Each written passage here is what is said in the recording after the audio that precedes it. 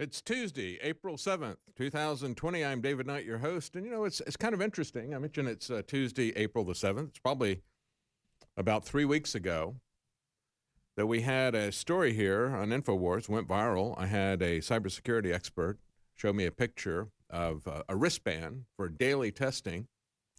Get your nose swabbed, get your DNA analyzed right here. And then we can, if you're negative for the coronavirus, or any other government-mandated cooties, then you can travel and you get that little wristband and you're good for a day. And they change the color each day. And now we're seeing the St. Louis Federal Reserve, President James Bullard, coming out on Sunday, meant to mention this yesterday, saying, hey, I've got an idea. It just occurred to me. Of course, they all want to mark you and track you like the cattle they see you as, their livestock. But this has been going on for a while. The solution is universal testing. There's a solution available, technology today, to fix the economic part, he says. And I don't know, maybe they have caught up with the testing stuff. I see that they have tested a tiger in the zoo, and he tested positive for coronavirus. And yet we see all these people whining, say, I can't get a test, right? And that truly is the case. If you go to somebody's drive-through testing sites, they say, sorry, you got to have a referral from a doctor to get in here. You got to have symptoms or something like that. We don't have enough tests. But they do have enough tests to test the animals in the zoo. Because quite frankly, a tiger is a lot more valuable to them as livestock than you are. And I just reported yesterday the German scientist who, and you can see the video clip, their band.video, the German scientist who went through and said, all right, I went into a lot of homes. We went into the area in Germany where there was the heaviest outbreak of coronavirus. And I went into the homes where there were entire families that had come down with coronavirus. And we tested it. We couldn't find any coronavirus on any surfaces. We couldn't find it on any pet fur or hair. You're not going to get this, he said, except by standing in close proximity to somebody and they breathe on you and you breathe that in. He said that's the way to do it. So just keep your distance. But you don't have to freak out about all this stuff. And yet, this is what they are working on. As a matter of fact, we see the other stories out there. Immunity certificates are coming. Special passports to enable the return to normalcy. This is showing up everywhere. And they're going to continue to do this. Even if you're not sick, even if you were sick and you recovered, you're going to have some kind of an immunity certificate because you cannot be allowed to make the choices about your own health. This is what is so insidious and dangerous about this whole attitude. The fact that we would have the government say, no, I will make all the health care decisions for you. I will mandate what you can have, and I will prohibit what you want to have, right? If you want to have hydroxychloroquine, we got a narrative going out there by the left and the press saying President Trump's got connections to the people who make hydroxychloroquine. It was, he's got a top donor who's got some money in a company that makes this stuff. Look, President Trump is begging India for some more of this, and the Indian Prime Minister says, no, we're keeping it for ourselves. They have the most number of facilities that manufacture hydroxychloroquine. When I looked up where it was manufactured, there were 10 different places. 2 of them were unknown. I don't know if they were in the United States, but all the rest of them were not. India had the most. They had 4 sites. Why, if this is something that we got to get from India, would that be something that President Trump is doing? But we're going to talk more about that. We'll talk about the fight inside the White House where you got Fauci and Jared Kushner deciding what health care you can have. This is amazing. We're all socialists now. We'll be right back. Stay with us. It's Tuesday, April 7th, year of our Lord 2020. I'm David Knight, your host. Today we're going to take a look at all of the globalists coming out of the woodwork like cockroaches, right on cue. We have 96-year-old Henry Kissinger. I wonder which rest home he is pontificating from as he writes Wall Street Journal op-ed pieces. No, he's not in a rest home. He's probably in the underground bunker. Like Dr. Strangelove. But we got Bill Gates, Kissinger, Soros. Gorbachev is back. Gorbachev, all these people. You know, the only way we're going to solve this is with global governance. We have the former Prime Minister of the UK out there saying the same thing, Gordon Brown. We can't solve this without global governance. This is too big for any one country to solve. Yeah, it is, as long as we don't lock these people up. Gates, Kissinger, Soros, Gorbachev, Gordon Brown. We'll see what happens with it. But, you know, when we look at the hypocrisy, let's just have a little bit of levity here at the beginning, because things really are serious. They're letting people die, keeping very effective medication from them so they can get the vaccine, so they can impose these tracking protocols, so they can destroy everything about the Constitution. And every day we see, and I've got a lot more of them today, little petty tyrants out there flexing their muscle. You know, this is the type of thing. You've probably noticed, if you've ever worked in an environment where you're working on projects, right, like in engineering, somebody comes up with a great design. This is what I've seen in my experience. Typically, most great products, I'm talking about software designers, is usually designed by one individual. He's got a comprehensive idea of it. He puts it together. He knows how all the parts are working together, and he's got something that's really good. And then he moves on to something else, and they bring in some people who are going to be maintaining it or updating it or whatever. And everybody's got a little thing that they want to add that's going to be their own. I put that part in there. See, I added that other button over there. Do you like the way that I changed this interface here? How about that subroutine that I put? You know, hey, that's cool. That's mine. That's mine. They've all got to put their little imprimatur on there, right? And so then all of a sudden you get something that doesn't work anymore, like government. And this is what I see happening with all these little petty tyrants from the White House all the way down to the county level. They've all got to add their own little thing in here. Look, I came up with the idea that we could do this to people. And that's my idea. Nobody else thought of this. I thought of that. And so it is. It has become a competition from little petty tyrants to basically, you know, get attention. So we'll give you attention. Send us your tyranny reports. And, of course, I've got some to read from listeners sending stuff to David Knight Show at Proton Mail. So, you know, see something, say something about your petty tyrants.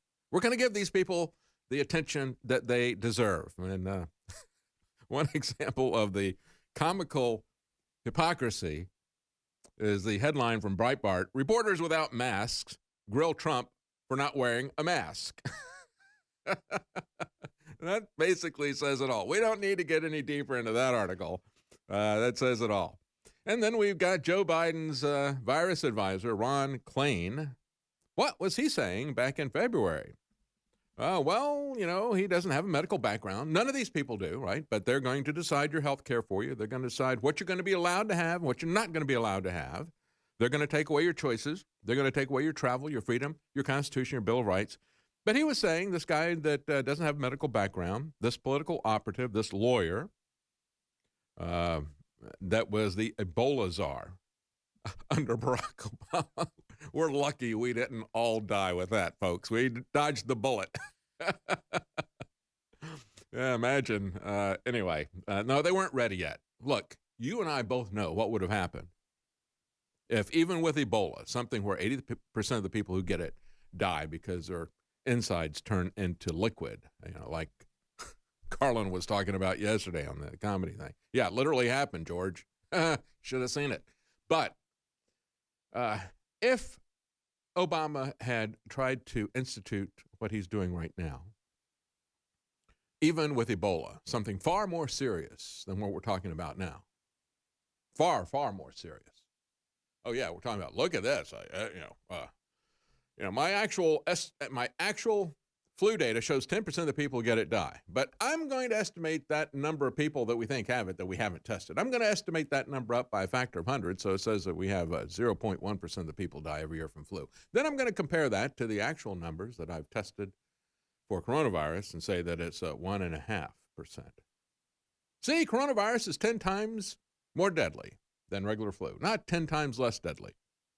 So they mess with those numbers. But whatever you pick, right? 1/10%, 1%, 10%, whatever, for the flu, for coronavirus. Compare that to Ebola, 80%. If Obama had enacted the kind of authoritarian controls that he's done now, would all the people out there, all of your friends who are Trump supporters, would they say, trust the president, trust the plan? Obama's got a plan. It's fine. Everything will be fine. We don't have to worry. He's got a nice smile. He's a jovial guy.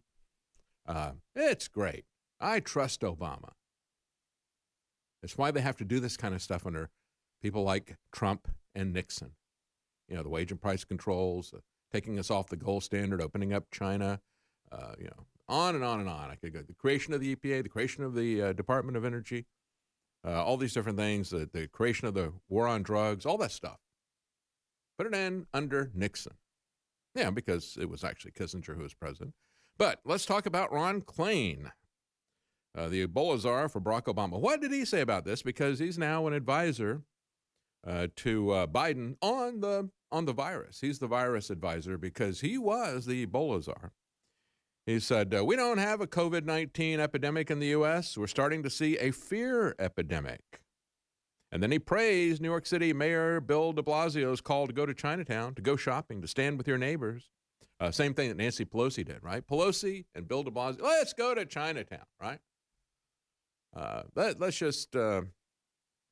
help China with all this. I'm on China's side. And I want to play for you video clip number 1. This is Joe Biden trying to put together the talking points that were given to him by this genius, Ron Klain, who, again, I remind you, is not a doctor. He does play one in political campaigns, but he is not a doctor. He knows absolutely nothing about what he's talking about. Video clip number 1. Here's Joe Biden trying to string together the talking points. Roll it. The case where we cannot let this, we've never allowed any crisis from the Civil War straight through to the pandemic of 17, all the way around 16. We have never let 18. Our democracy take second fiddle. We can both have a democracy and elections and at the same time correct the public health. Okay, there you go. Do you know what he was saying? Does he know what he was saying? That's the real question. Does he even know what he's saying? And now we got Governor Cuomo. We don't need any additional ventilators.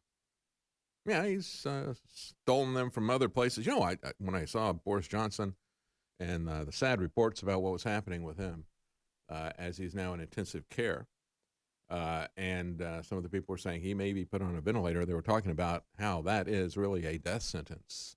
You know, I kind of wonder, why are we working so hard to get ventilators when 80% of the people die? I mean, you get coronavirus and you've got about a 1.5% chance of dying, and yet if they put you on a ventilator, that's like getting Ebola. 80% of the people die. They get secondary infections from the ventilator being there. Of course, you don't get put on a ventilator until you're already in serious condition, right? But that's not the way that we count coronavirus cases, right? You got people who are already in very, very serious condition before the coronavirus is there. So, I mean, if you're going to say the coronavirus killed them, then wouldn't you say the ventilator killed the people? You know, they come in there, they've already incredibly sick, and it's like, well, they were so sick, the ventilator didn't kill them. Well, that's the way they're counting coronavirus deaths. We'll be right back. Stay with us. Boy, I know how they feel. You know, we've got the Corona Command Control Pandemic. I guess you could call the initials CCCP. I mean, we called it the USSR, but they call themselves the CCCP. I think it applies, and I'm going to give you a rundown here. Some of the petty tyrants that we see everywhere. And, of course, we had the InfoWars story that got picked up by the Drudge Report. Residents alarmed after cops used the siren from the movie The Purge to signal the start of the curfew. This is in a Louisiana parish, and they say they didn't have any idea that that was where that sound effect came from. The Crowley police chief told the local news he had no idea where that came from. And, of course, in the fictional film, as Don Salazar points out in the Infowars.com story, siren marks the start of a once-a-year, 12-hour period in which all crimes can be committed without fear of repercussion. Let's play a little bit of that clip so that people can hear, because they had a lot of people in the area recording it on their cell phones. Video clip number 4.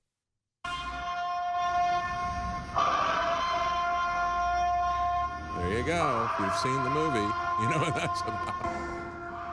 But it is actually kind of a purge, isn't it? I mean, they're purging the Bill of Rights. They're purging the Constitution. They're purging our jobs. They're purging our businesses. They're purging our liberty, our choices, our freedom, right? It is a purge, isn't it?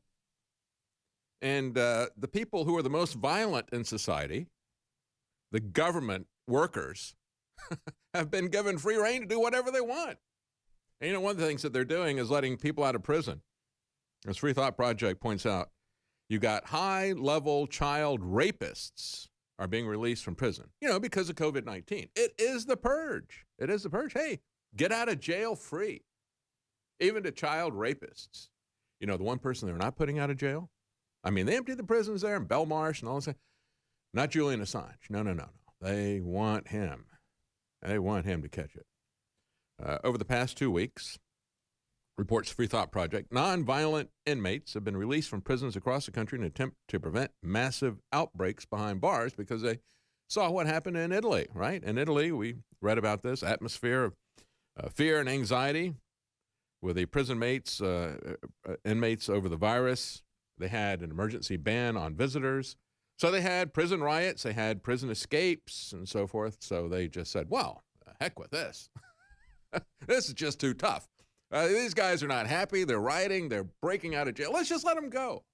The Italian way.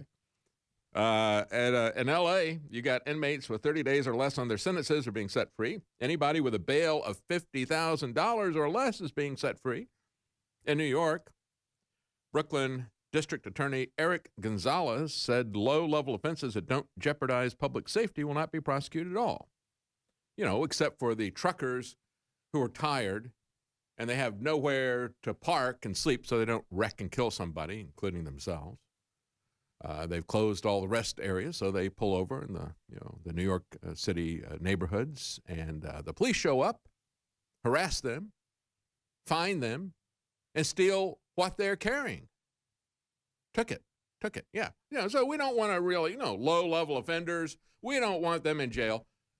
But we will shake down, harass, and rob the truckers who are trying to bring supplies to people. In Greece, New York, officials just announced that they will be releasing child rapists. Multiple sex offenders have been released from the Monroe County Jail as part of a statewide order, New York State, Governor Cuomo. And they ask, will releasing level 3 sex offenders who have been convicted of violently raping children and categorized as most likely to re-offend, will that actually protect the health and safety of New Yorkers? Some local cops don't think so. The police chief there in Greece, New York, said it doesn't make any sense. If you could present an argument to me that makes sense, I'm willing to listen, but this doesn't make any sense. So what they do with these level 3 sex offenders, they move them to the Holiday Inn Express. Among the inmates known to be staying at the Holiday Inn Express are 4 registered sex offenders, 3 of whom are registered as level 3 sex offenders and are deemed by New York courts as most likely to reoffend. All 3 of the level 3 sex offenders staying at the Holiday Inn Express have been convicted for the rape of minors. So, put them up in a hotel. I don't know. How are you safer in a hotel than you are in a jail cell? Yeah, but we're concerned more about protecting the child rapists than we are, we don't want them to get COVID-19. Definitely don't want that to happen, right?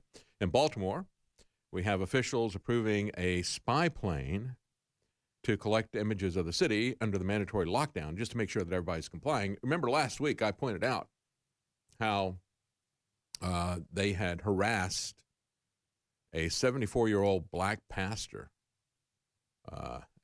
Got a small church there.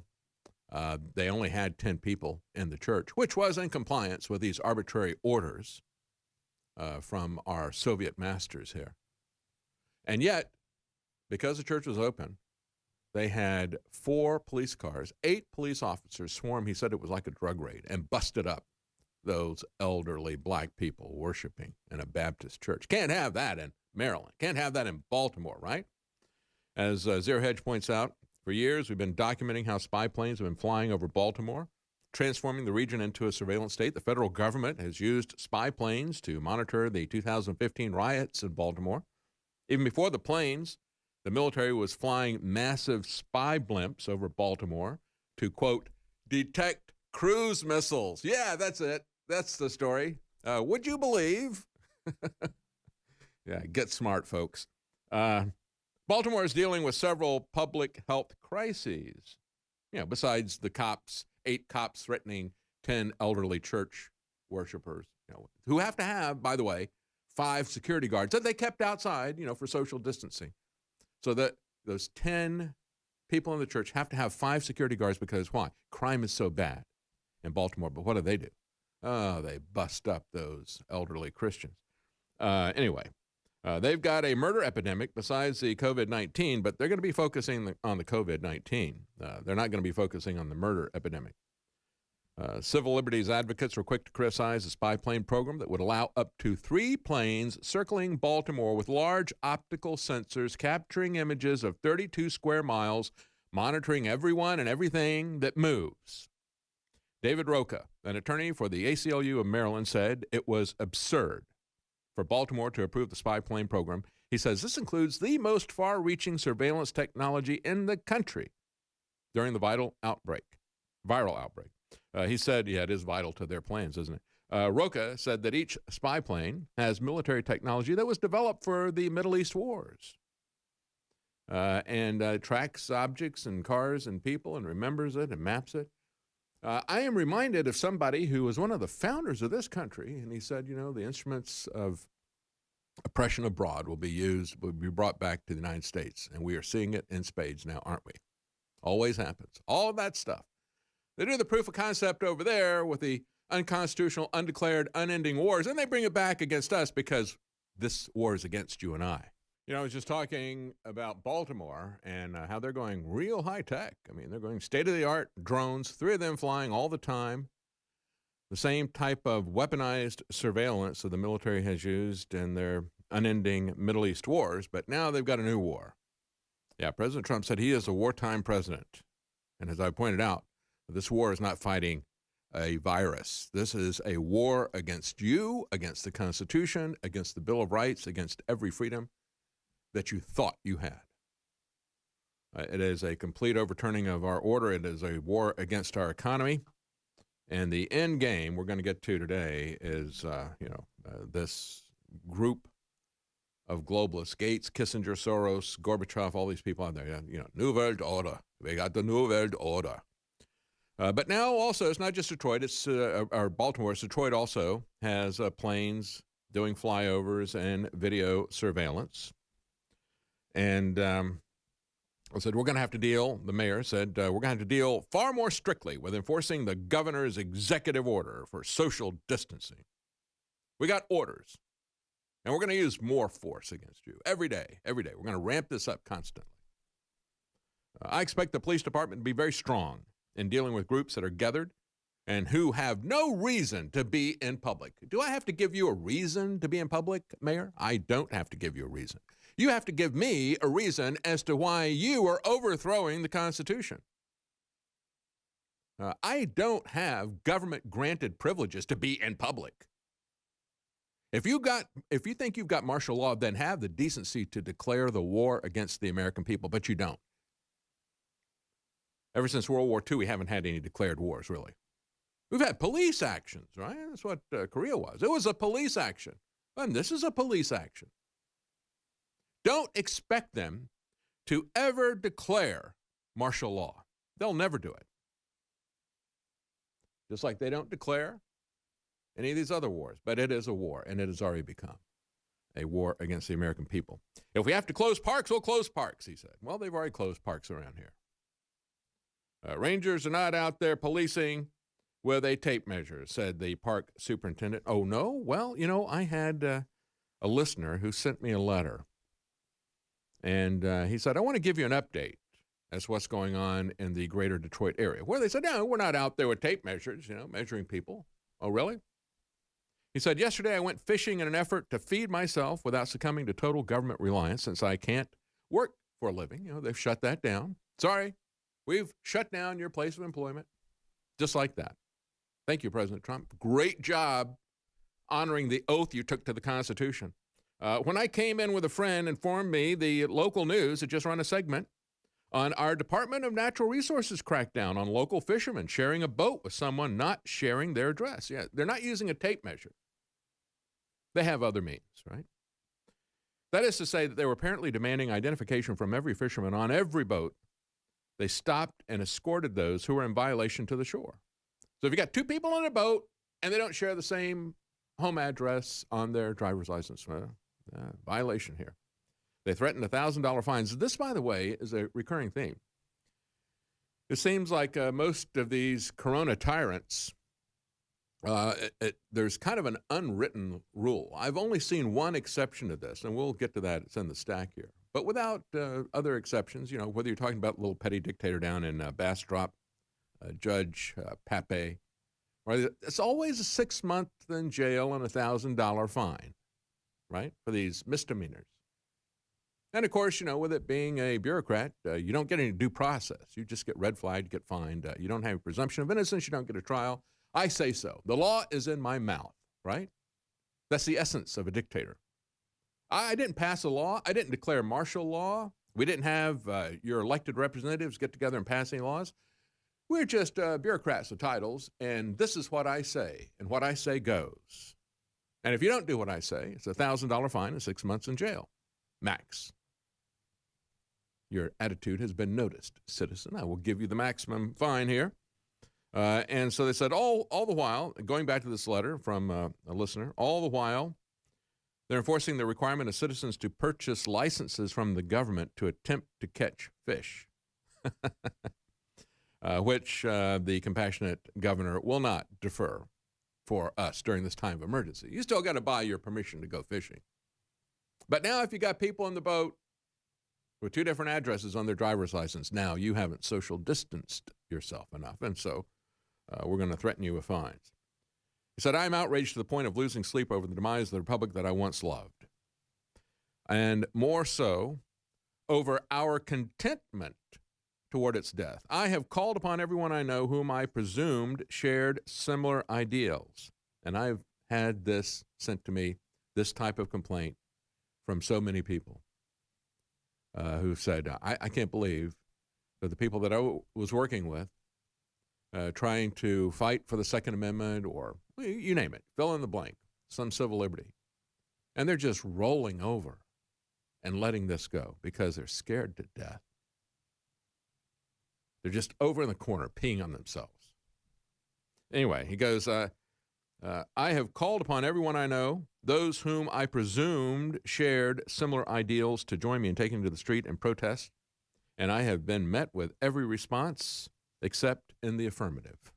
I've heard from these self-declared constitutionalists excuses ranging from, oh, it's not that bad, just stay home and collect unemployment for a few months, to, you must not care since your grandparents are dead already, to my favorite from my suddenly Christian brothers. You know, render under Caesar what is Caesar's and what not.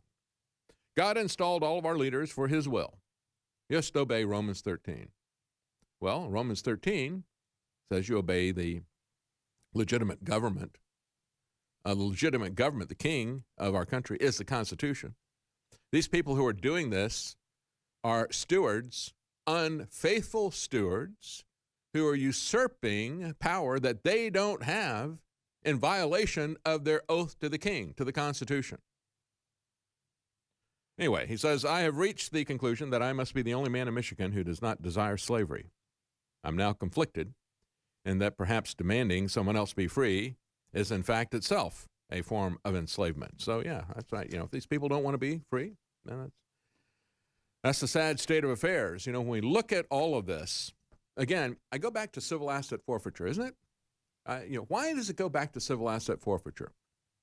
A topic, by the way, and I've pointed this out before, that Megyn Kelly had never even heard of before she came here.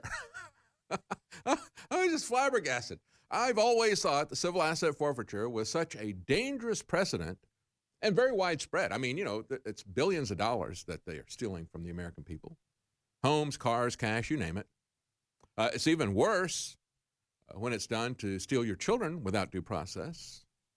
We'll take the kids, we'll take the car, we'll take the cash, we'll take your home, and then we'll do the due process later. No, they never do anything. You do the due process later. You have to sue me, right? I'm not going to charge you with any crimes. I'm going to say that the property committed a crime. And see, they call it civil because these are rules and regulations that were just declared by a bureaucrat somewhere. Many times not elected. And now what do we have? We have public health officials, for the most part, unelected bureaucrats. People like Fauci. People like Deborah from the CDC and so forth. These public health officials who are never elected are out there telling you what you can and cannot do. They're writing laws, they're writing rules, they're writing regulations. Now, they call them guidelines. They call them recommendations. They don't call them executive orders or mandates. They're very careful about that. And they're also careful that they're not laws. But understand that going back to civil asset forfeiture, you never had any due process. You never had any presumption of innocence. They would take it. They called it civil, and then you had to sue them in order to get it back. Problem is, as I've had many people point out to me, they want to challenge these officials, and there aren't any lawyers who are willing to step up and do it.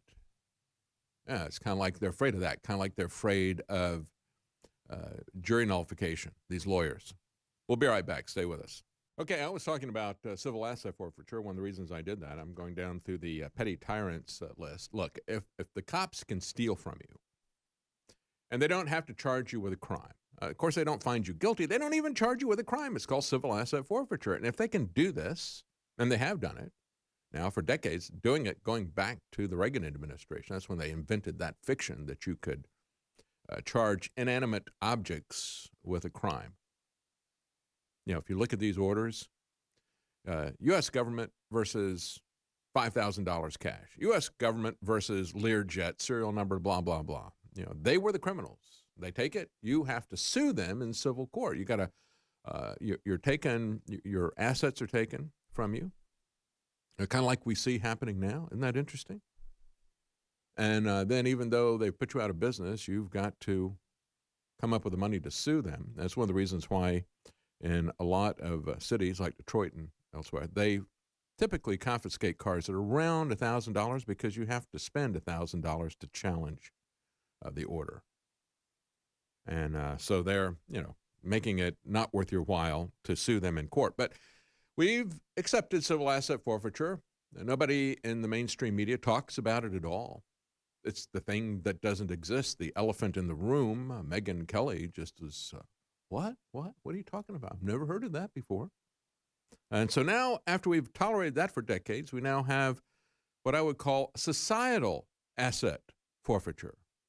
Because, we have officials who are making the rules, and they're going to take your business, they're going to take your job, they're going to take everything else that you've got. Your Constitution, your Bill of Rights, it's the order of an unelected public health official. They set that up just before and right after 9/11, the last time we had a major false flag. And let me tell you, this is going to be much, much worse, much, much deeper, what they're doing right now. For example, in Detroit, Michigan, the Macomb County prosecutor Eric Smith resigned after having spent 25 years as a prosecutor and an assistant prosecutor. He's been at the center of a Michigan State Police investigation over how the prosecutor's office spent civil asset forfeiture funds that they took from people because of drug and alcohol forfeitures. And he was charged last week with 10 criminal counts by the Michigan Attorney General's office in a nearly year-long probe of how his office spent the funds. Smith and his former chief of operations were released on $100,000 personal bonds for allegedly embezzling $600,000 from drug and alcohol forfeiture funds going all the way back to 2012. This is chump change, folks. And this is just a small part of it. This really does go back to, like I said, this is an old policy. You go back to Miami Vice, and, you had the cops there driving around in Lamborghinis and cigar boats and all that stuff that they had taken from drug dealers, of course. None of that was taken from anybody that was innocent. But they lived a life of luxury and so forth. They were putting that out there as a hook, as an enticement to all these cops to steal. And as I said, it's typically not those types of things. It's typically the poor people's cars. Oh, look, I found a marijuana butt here on the floor of the car. I'm taking this car. This car is guilty. I'm not saying you did it. I would have to prove that in a court of law, but I can just steal your car by an assertion. And this is, how they roll these things out. It's cool. You got Crockett and Tubbs, and they're stealing all this stuff. And it's like, hey, this guy, Crockett and Tubbs, they can do that. They can use it for their own personal use. What's the matter with that? And now this is happening across society. When are we going to have charges brought up against Fauci, this Bill Gates surrogate, for taking societal forfeiture, all of our assets? It's not an isolated incident. Police departments all across the U.S. Are taking cars, boats, houses, bank accounts, and it is all legal. And they take kids the same way. CPS does as well. When we look at the draconian measures that are being taken with aerial surveillance to make sure they're coming after anybody who is outside without permission, you don't have a good enough reason to be outside. I will tell you when you can be outside and when you can't. Well, it turns out that actually a scientist is talking about the fact that you're safer outside than inside. This is in Australia, the Canberra Times. Social restrictions on people sitting at a park bench or walking on a beach don't make any sense biologically, according to the infectious disease expert, Professor Peter Collignon, I think is the way he pronounces his name. He's with the Australian National University Medical School. He said if people stay 2 meters apart, that's about 6 feet apart, it should be adequate for social distancing. The professor said, you are safer outside than inside. I do not see how anyone's going to get this virus if they keep 2 meters away from someone. And I don't see how anyone's going to get it if they sit on a park bench. But this is the narrative that has been sold by Fauci and by the media. Don't touch it. Don't touch doorknobs. I say all this stuff. Again, Jalopnik, the left-wing press trying to take over the car culture. You may not realize it, but probably the dirtiest thing you touch all day is that fuel pump to put gasoline in your car. Be afraid. Be very afraid. No, actually, a German scientist said, no, you're not going to get it up on the surfaces and so forth. You're going to get it if you get close to somebody and they breathe on you. The professor also said extreme measures were unwarranted and they risked rebellion, especially among younger people. He's not talking about an overall rebellion where we come in and we say something like, government is instituted to protect our God-given rights, and when the government destroys those rights, it's the right and duty of the people to alter or to abolish that government. No, he's not talking about that kind of rebellion. He's talking about the kind that teenagers do. He said we have to do everything we can to minimize the spread to others, but not to do things that don't even make biological sense, said the infectious disease expert with the Australian National University Medical School. He also took aim at modeling that suggests that hundreds of thousands of deaths. He said the same models were used for SARS, Ebola, and flu epidemics, and they had been wrong. He said, just like everybody else, I don't have a crystal ball, but the current data is reassuring that what we put in place 10 days ago has decreased the spread, and we're not going to see an epidemic that we have to worry about. And yet, still, across the country, Nashville, a post saying, report any hashtag safer at home violations. If you see something, snitch something, right? You've got Valley County, Idaho. Commissioners are sending out a letter to all short-term rental establishments, hotels, motels, bed and breakfast, and RV parks. The letter says that landlords of any short-term properties can now only rent to individuals who are providing essential services or who are quarantining themselves. And again, you get the Corona dictate penalty, right? Again, as I point out, all these Corona dictators, they seem to come up with 6 months and $1,000, 6 months and $1,000. It's almost like they were coordinating this somewhere. It's almost like you see with the media when they repeat something like, gravitas, gravitas, gravitas. 6 months, $1,000. This is what I say. And if you don't do it, 6 months, $1,000 everywhere. One of the signals for when the balance is tipped, writes IdahoFreedom.org, is when government begins to shut down businesses that could easily be kept open with additional safety measures. So landlords in this Idaho county are now legally burdened with screening renters. They're responsible for determining the person they're renting to is somehow offering a local essential service, or that they are quarantining themselves, or that they are otherwise homeless, which is an exemption that they put in there. And this is what it's come to. We've got more of these coming up, and then we're going to talk about the global plan behind all this and how these people are now coming out of the woodwork, holding, giving talks, writing op-ed pieces. All of these globalists that we've been plagued with for years, they see this as their moment of opportunity. The global empire is striking back. Folks, we do have some of the products that we've been out of stock for a while back in stock now at InfoWarsStore.com. One of those is vitamin D3. You need to look up vitamin D3. Vitamin D3 is a hormone. Your body manufactures vitamin D when you're out in the sun, right? It manufactures a hormone. And that hormone is not easily assimilated in an external format. So D3 is the form of the hormone that you can actually assimilate. Now, what does it do for you? Vitamin D3 helps to calm your immune system. It strengthens your immune system. And as people who have been trying to treat the coronavirus have pointed out, look, one of the things that happens with this is it sets your immune system on fire. It goes absolutely crazy. And so for a long time, it's been, even the NIH, where Fauci worked for, even they say that, people have autoimmune disease. Typically, it's because they have a vitamin D deficiency. And if you supplement that, it makes it better. InfoWarsStore.com. Welcome back, folks. Yeah, we're going down the list of petty tyrants. And at the end of those lists, I'm going to tell you how probably the most fearless defenders of liberty in this country are banding together. You think you're alone? Well, you probably are where you live. But the Bundys are now starting a liberty rebellion. As they say, I don't know if it's Emmett Bundy and others are now talking about how the coronavirus is taking out our freedoms. These people are hardcore. They do not compromise on the Constitution. They do not compromise on liberty. I'm proud to have met them. Absolutely amazing. Yeah, so few people remain, isn't it? So few remain.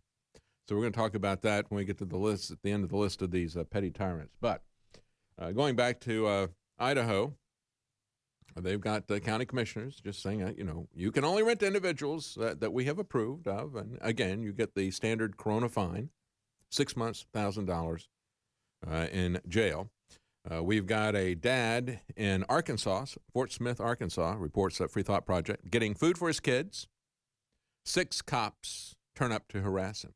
Now, that's even better than the 8 cops who showed up to harass the 10 elderly black Christians who had the audacity to think they had the freedom to worship in this country. There's only 10 of them, right? It doesn't matter. You comply with our guidelines, we'll come up with one that's more stringent so we can push you around, shove you around. He took a video of it. As the Free Thought Project points out, you should always video your encounters with the police. He asked why the officer pulled him over. He says, I think you're suspicious for driving through the parking lot in a shopping center full of businesses which are already closed and after operating hours. He said this is the 3rd time this week he'd been pulled over by police officers. This time it was in a local shopping center. He had raised his hood to check the fuel pressure of his car's fuel system.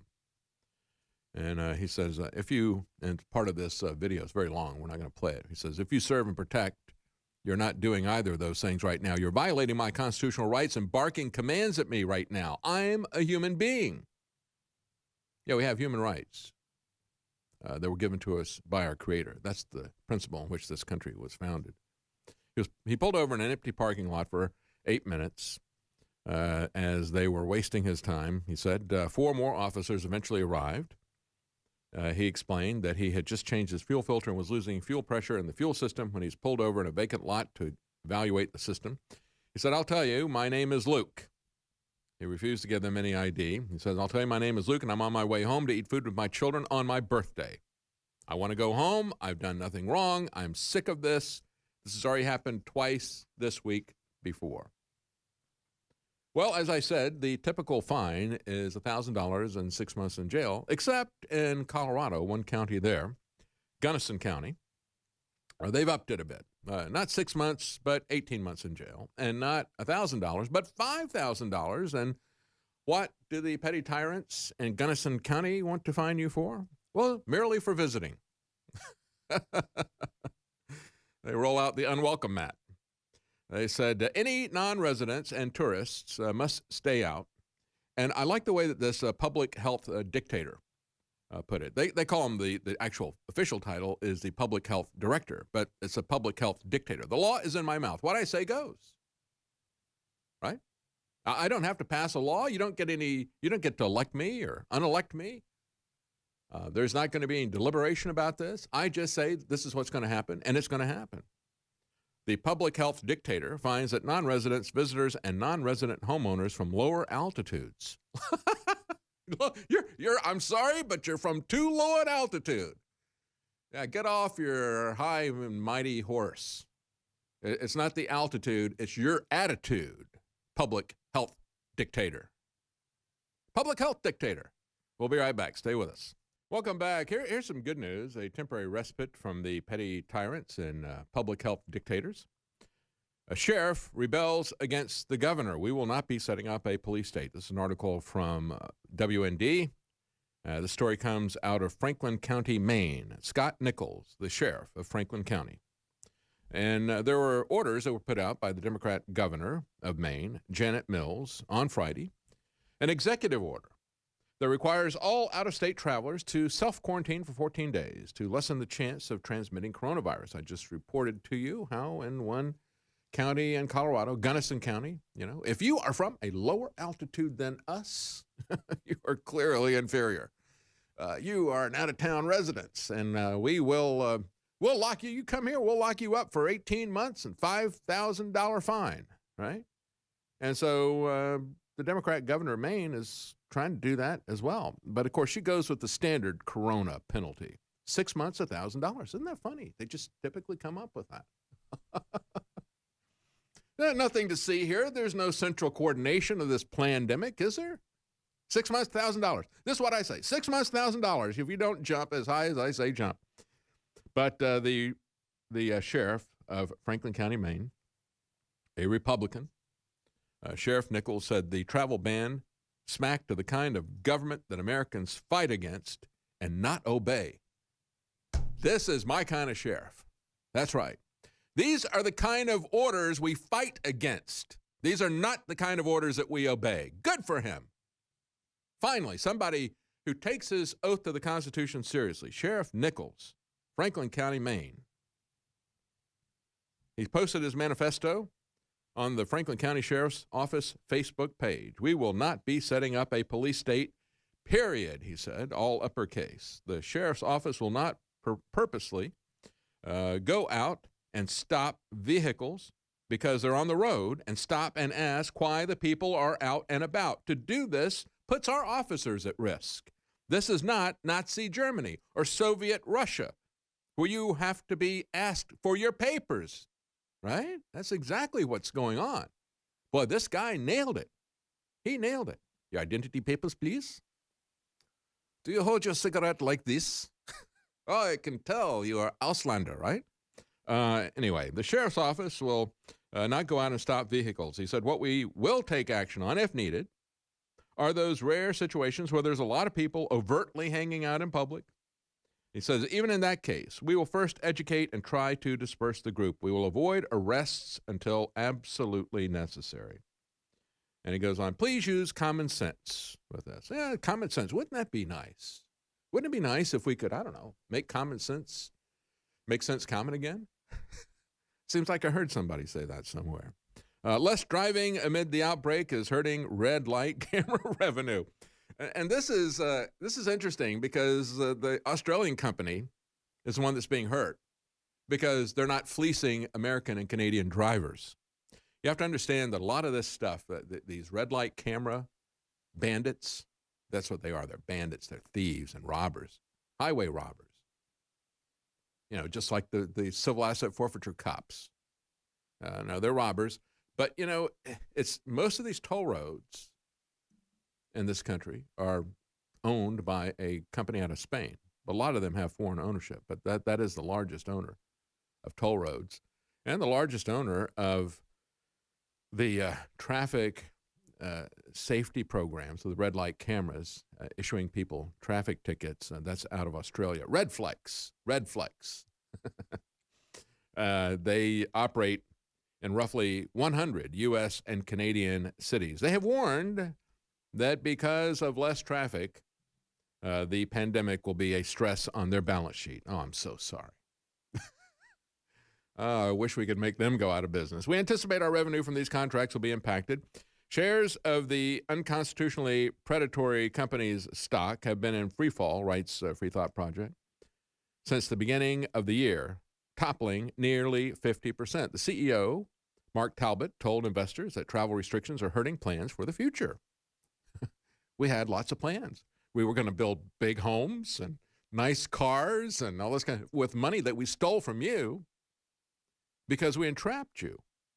And as a Free Thought Project points out, the previous CEO, Karen Finley, was sent to prison back in 2016 after being found guilty of bribing politicians. Imagine that. To get her due process removing red light cameras installed. After sentencing, the former CEO, Karen Finley, described the company perfectly when she attempted to deflect blame away from herself for the bribery scandal. Remember, she was a CEO. She said, Redflex was a toxic, soul-sucking place to work. I worked over 10 hours a day almost every weekend and never saw my family. Completely ignoring the fact that as CEO, she was the one who was most responsible for this soul-sucking place. But the problem goes industry-wide. They said, take away the political corruption, take away the bribery scandals, take away the increased accidents in the police state that issues the red light cameras, and we're still left with a system that is rooted in the removal of due process. That's right. It's kind of like a red flag order. We take the gun, we do the due process later. No, they don't do the due process later. Oh, we take the car under civil asset forfeiture, we do the due process later. Or the kid with CPS, and we do the sue me. That's the attitude of both of those.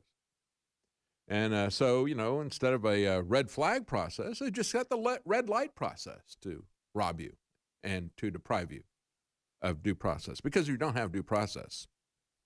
I mean, it is just armed robbery at that point, right? And then they point out the fraud of this as well. It's not just the bribery, but it's the way these things operate. They said the New York City Department of Transportation claims that all of its traffic signals provide a minimum of 3 seconds per yellow light. But the AAA of New York went around and checked them, and when they did their report, they found that every traffic camera that they tested had a yellow light that was shorter than 3 seconds. And what that does is that actually makes things more risky. People will slam on their brakes. They will do all sorts of things because they panic when they see a yellow light. It's like not having a yellow light at all. There's a purpose for having a yellow light. And you make sure that you've got your own camera. I was pulled over by a cop not too long ago. Said, I think you went through that red light. And I didn't go through it. My wife immediately, she was in the car with me. She said, no, we didn't. And I said, no, we didn't. And he goes, well, I think you did. And I said, well, that's fine. I've got a dash cam right here, and I can show you what that is. And he just backed off. So make sure you got your own camera when you're going through yellow lights. From drafting doctors to stealing equipment, politicians violate the limits of a free society, writes Reason. If you're wondering if New York City Mayor Bill de Blasio really means that he's going to draft doctors to come in to New York City, he really does mean it. He's calling on President Trump and the federal government to actually compel doctors from other parts of the country to come into New York City, drafting them. And you got New Jersey Governor Phil Murphy, as we pointed out. He's proud of the fact that he is robbing medical supplies from people who have prepped, right? He's going to go around private firms. He's going to go door to door if he needs to take the medical supplies that other people have provided for themselves because he's better than you, right? We got to have, everything is for the government. That's why I say, when you look at what has happened to our society, it is the national security state. That's all they care about. When they talk about safety and security, they're talking about the security of the state. They're not talking about you. They're talking about continuity of government. They're talking about the same type of attitude and plans that they've had going back to the end of World War II, when we became the Nazis with Operation Paperclip, when we created Operation Red Rock, the plan to save a few officials in government and let the rest of us die. That has always, always been their plan. And when they talk about national security, when they talk about safety and how you have to sacrifice your liberty, that's what you're sacrificing. It's not for your safety. Hey, we'll be right back. Stay with us. Junk statistics. Yes, there is a disease out there. Yes, it's very bad in terms of a flu. It is a coronavirus. It's a form of flu, and it's a weaponized form of it. But let me tell you, what they are doing to this country, what they're doing to our freedoms, is nothing that justifies that. Absolutely nothing justifies that. And these are some people who are pushing back against it. First of all, let's start with the governor of South Dakota. Her name is Kristi Noem. I should have looked up how to pronounce this. N-O-E-M. I'm not sure how to pronounce her name, but kudos to her. This is what she had to say. They're writing, there's more than 30 states across the country that have either a stay-at-home or shelter-in-place order. I'm not really sure what the difference is between those two. I don't really care because I don't obey those kinds of orders. South Dakota, along with North Dakota, Nebraska, Iowa, and Arkansas, have issued no such order, placing the 5 Midwestern states in the minority, writes Argus Leader.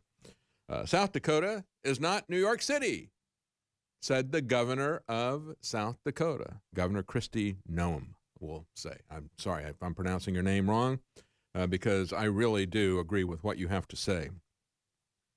The calls to apply for a one-size-fits-all approach to the problem is herd mentality, she said. Oh, excellent. It's herd mentality. It's not leadership, she said. That's her statement. Boy, are we on the same page or what? And do you hear that, President Trump? It's not leadership.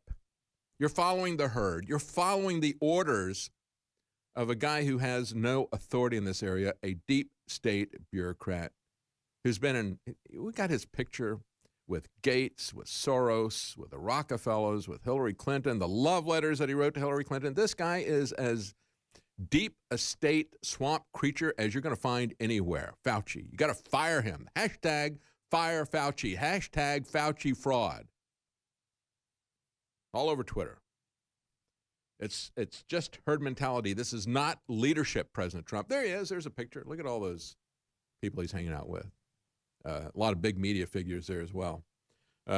Anyway, the governor of South Dakota discussed the constitutions of both the country and the state. Can you imagine that? You've got a governor in South Dakota who actually discusses the Constitution, the U.S. Constitution, the state Constitution.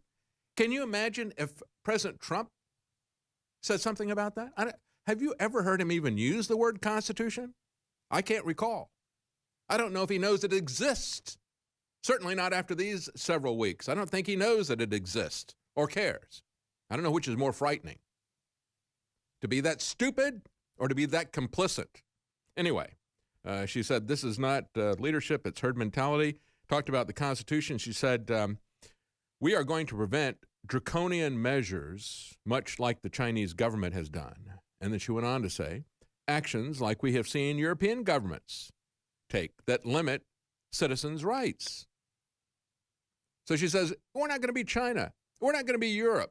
We're not going to take your rights. We have a constitution, a national constitution that we all swear to, and a state constitution that she swears to as governor.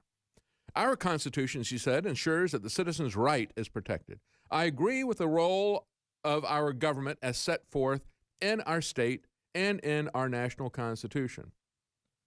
While she has urged the importance of social distancing and hygiene again and again, the governor of South Dakota said she's also made it clear that she is asking South Dakotans to follow those guidelines, not telling them to. See, when you do stuff like that, people have a tendency to trust you and believe you rather than consistently changing your numbers, fudging the numbers, lying to people, and then bossing them around as if you were God Almighty. She said the people themselves are primarily responsible for their safety. This is the governor of South Dakota. They are the ones that are entrusted with expansive freedoms. They're free to exercise their rights to work, to worship, and to play, or even to stay at home, or to conduct social distancing. In other words, it's your body, it's your life. You get to decide. We're not going to mandate health care for you. It's not going to be decided by some officious bureaucrat in Washington who's been there since 1985 in his position and has failed in every one of these epidemics that he has declared, these pandemics that he and his corrupt crony politicians at the WHO have declared.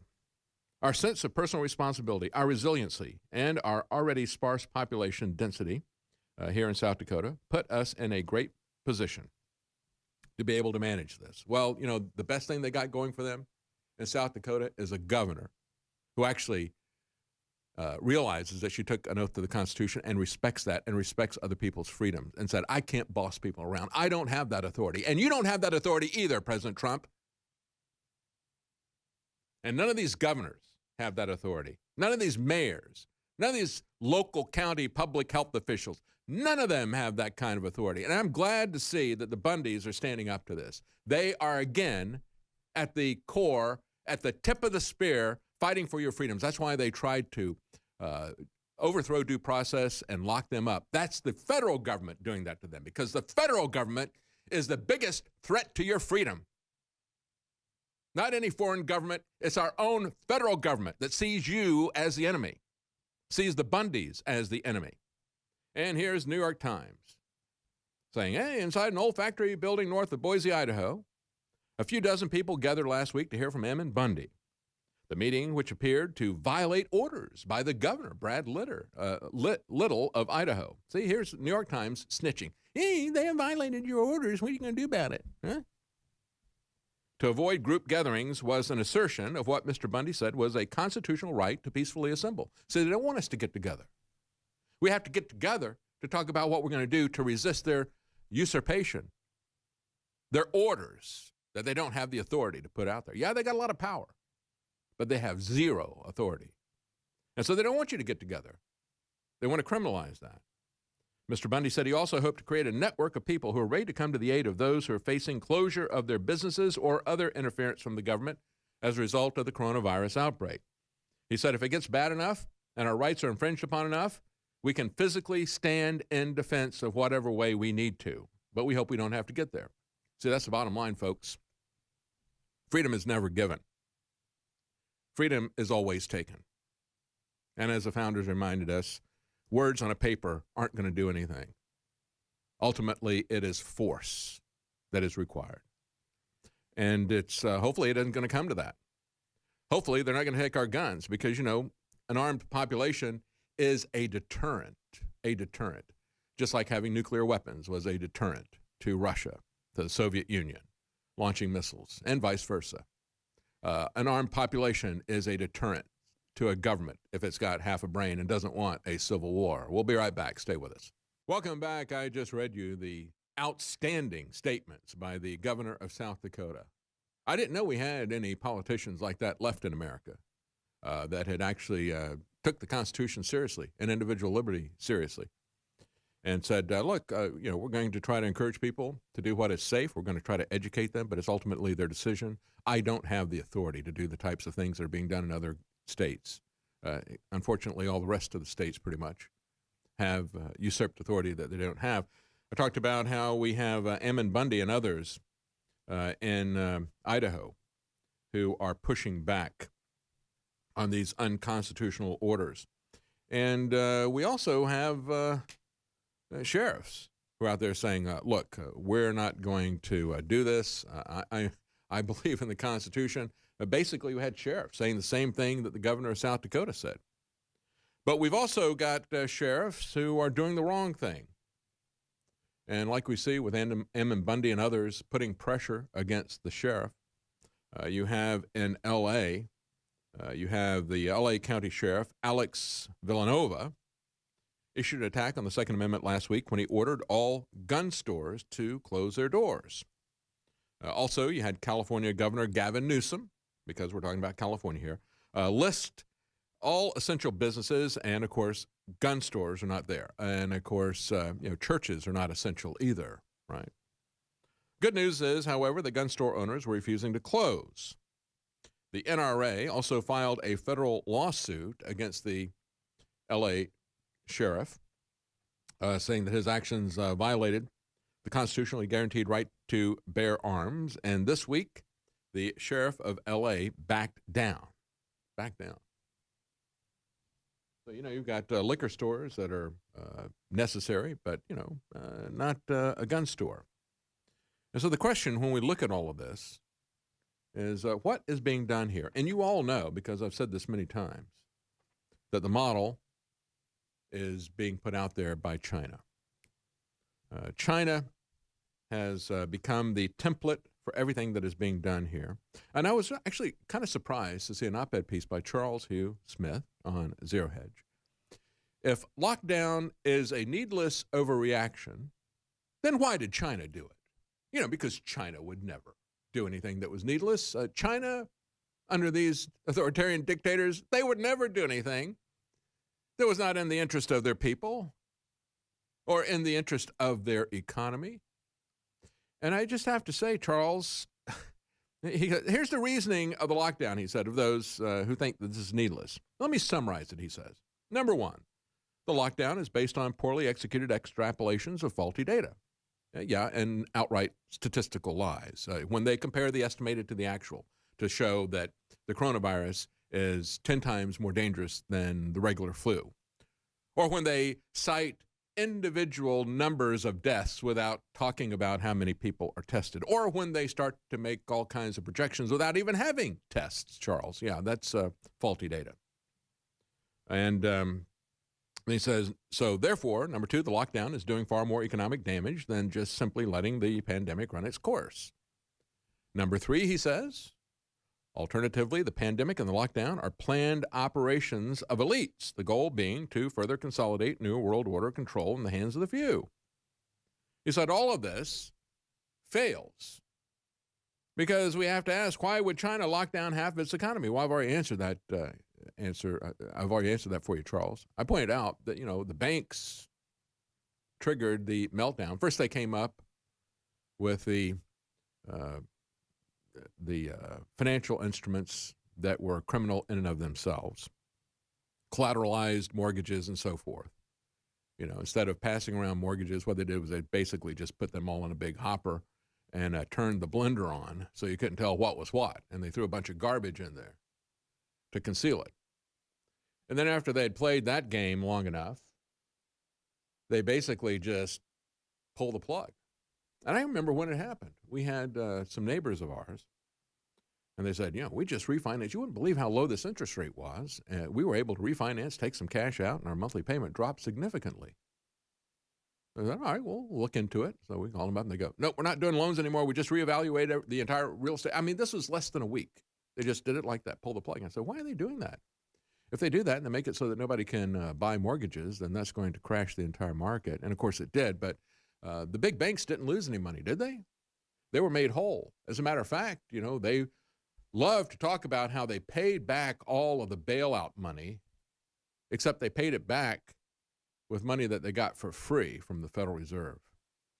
They wound up taking a lot of people's homes that went into default, and they made out like bandits or like banksters.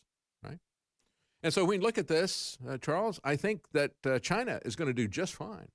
China's been put in a position where if they push the one-child policy, if they push slave labor, if they push the Great Firewall and censorship, if they push domestic tracking of their people, biometric tracking, and if they impose a system of penalties against these people as they track them, each and everything that they do, say, think, any of that kind of stuff, if they put all that stuff together, which we know the globalist elite are working on as well. They want to have that done. And if they operate as the beta test site for the globalist elite, they are handsomely rewarded.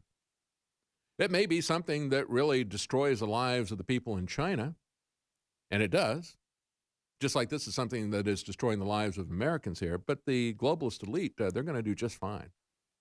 And the Chinese communists who own everything in that country, they'll do just fine as well. They're basically partners, and they are richly rewarded. And so, his statement that it's a real stretch to claim the deep state is controlling China. No, the deep state is partners with this globalist cartel that has put all this stuff in place. And we're going to be talking about one of the architects of that, Kissinger, and what he had to say in his op-ed piece. But, my daughter is from China. We adopted her, I guess, about 13 years ago now. And when she was just under 5. And I said the other day to her, I said, I'm so sorry. I thought I was getting you out of this by getting you out of China. And now the Chinese authoritarian structures are the model for everything that everybody is doing everywhere. You see, the fundamental flaw that Charles Hugh Smith can't understand is that government action does not prove cause. If they shut everything down, if they start taking authoritarian measures, that doesn't prove that they have a reason to do that. And if you look at past pandemics that have been declared by these globalist political organizations, this is completely out of line with anything that they've ever proposed in the past with much more severe pandemics. And I told her, I said, I've done everything that I can try to stop this. But what we have seen done in China is now coming here. What we have seen with the great leap forward. Between 1958 and 1960, Mao decided that he would remake their society. He decided that he knew better than everybody else, that he could centrally plan the economy, that he could do better by taking everybody out, just hitting the reset button. Okay, now you're a farmer. Now you're going to be working in manufacturing. You may not know anything about that, but I'm doing this for my power. He did that reset for his power. It wasn't that he thought he was going to do it to help the society. And of course, they would do everything communally. They would have communes that worked on manufacturing and communes that worked on farming. That's why they starved to death, because it was centrally planned. Childcare, of course, was collectivized. The children were taken from their parents. They were put into large childcare centers. Elizabeth Warren would be so proud. All the Democrats would be so proud of that. They loved this type of thing. And, their farming strategies were just bunk. And if it wasn't a one-size-fits-all, and if it wasn't imposed from the center, then, if a farmer had the wrong strategy, he would go out of business, and then the other farmer over here had a different strategy. He would prosper, and then people would get the idea. But no, not that. No, it's all going to be the same. All work same. All starve same. 80 million people. We'll be right back. All right, welcome back. Yeah, we were talking about Governor Kristi Noem and various sheriffs who have stood up to these unconstitutional orders. There is some hope, folks. There is some hope. And I want to go back to this story that was New York Times. A liberty rebellion in Idaho threatens to undermine the coronavirus orders. Yes, that's right. We are going to threaten to, we're not only going to threaten, we're going to refuse to obey the coronavirus orders. The virus is ordering us around, right? It's not orders from a public health official who has now become a dictator. It's not orders from the government. They're just guidelines and recommendations. They're not executive order. Oh, no.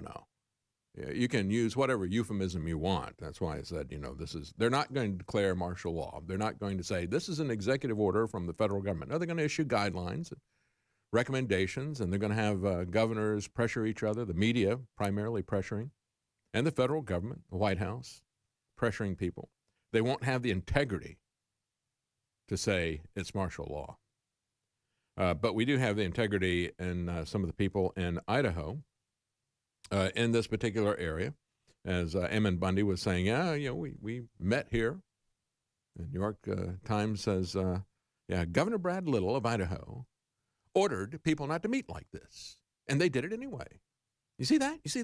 Same type of thing you see CNN and Oliver Darcy and these little snitches out there. Oh, look at this. He said this. I didn't agree with him. And so that's evil and that's hateful. And you got to take this person down. Silence them. Ah! Like straight out of Invasion of the Body Snatchers. Anyway, one emergency doctor said, even if it's just a small group that wants to exercise their right to assemble, it puts the community at large at such a high risk. No, actually it doesn't, doctor. This is the same argument, folks. If you allow them to push this argument, this is the same argument that was used to push forced vaccination. I have my vaccine, and that's going to protect me from the measles, but only if you get your vaccine too. Well, then your vaccine doesn't work then, right? Oh, no. They have that Orwellian doublethink drilled into them by these little medical tyrants and by the pettifogging bureaucrats usurping authority. It is a herd mentality, as Governor Noem said. State Representative Heather Scott, a Republican from Blanchard, Idaho, northwest of Coeur d'Alene, is encouraging her constituents to push back on the statewide stay-at-home order. She says people have, quote, a God-given, constitutionally protected right to peacefully assemble. Where would she get that kind of idea? Has she been reading the Constitution, the Declaration of Independence or something? Some kind of subversive rag like that? She should be reading the New York Times and watching CNN and Fox. Yeah, those are dangerous ideas. We need to stamp that down. Tim Remington, a Coeur d'Alene pastor who was appointed to the State House of Representatives in January, led a church service. Can you imagine this? What kind of a subversive person is this who's been appointed to the state legislature? He would actually lead a church service when the coronavirus orders him not to? 4 days after the stay-at-home order went into effect, says New York Times. And then you've got in Bonner County, Idaho, Sheriff Darrell Wheeler posted an open letter saying the public had been, quote, misled by public health officials, dire predictions, and he called on the governor to convene an emergency session of the legislature to debate the stay-at-home order. Good for that sheriff. Yeah, why don't you call together a session to see about this rather than you just acting like a dictator? So you got another doctor quoted by the New York Times. This is Dr. Good. Dr. Good. He's a good doctor. He's a Dr. Good. And he had this to say, which, by the way, I would agree with what he had to say for the most part. He said, don't take legal advice from a doctor. I agree. Don't take legal advice from a doctor. Don't take legal advice from a bureaucrat, a self-serving bureaucrat like Fauci, President Trump. Listen to this doctor, President Trump. Don't take advice from a deep state globalist operative like Fauci, or people will think that you're one. Don't take legal advice from a doctor. And don't take medical advice from a sheriff. Well, the sheriff wasn't giving any medical advice. And the doctor wasn't giving any legal advice. The doctor is pushing orders. Doctor's orders. That's the difference. He's pushing executive orders. He's pushing a suspension of law. And you shouldn't take legal advice from a doctor. You shouldn't take illegal orders from a doctor either. And you ought to listen to a sheriff when he says, in the spirit of liberty and the Constitution, this is what the sheriff said. In the spirit of liberty and the Constitution, you can request those who are sick to stay home, said Sheriff Wheeler. But at the same time, you must release the rest of us to go about our normal business. All right. It's starting to surface.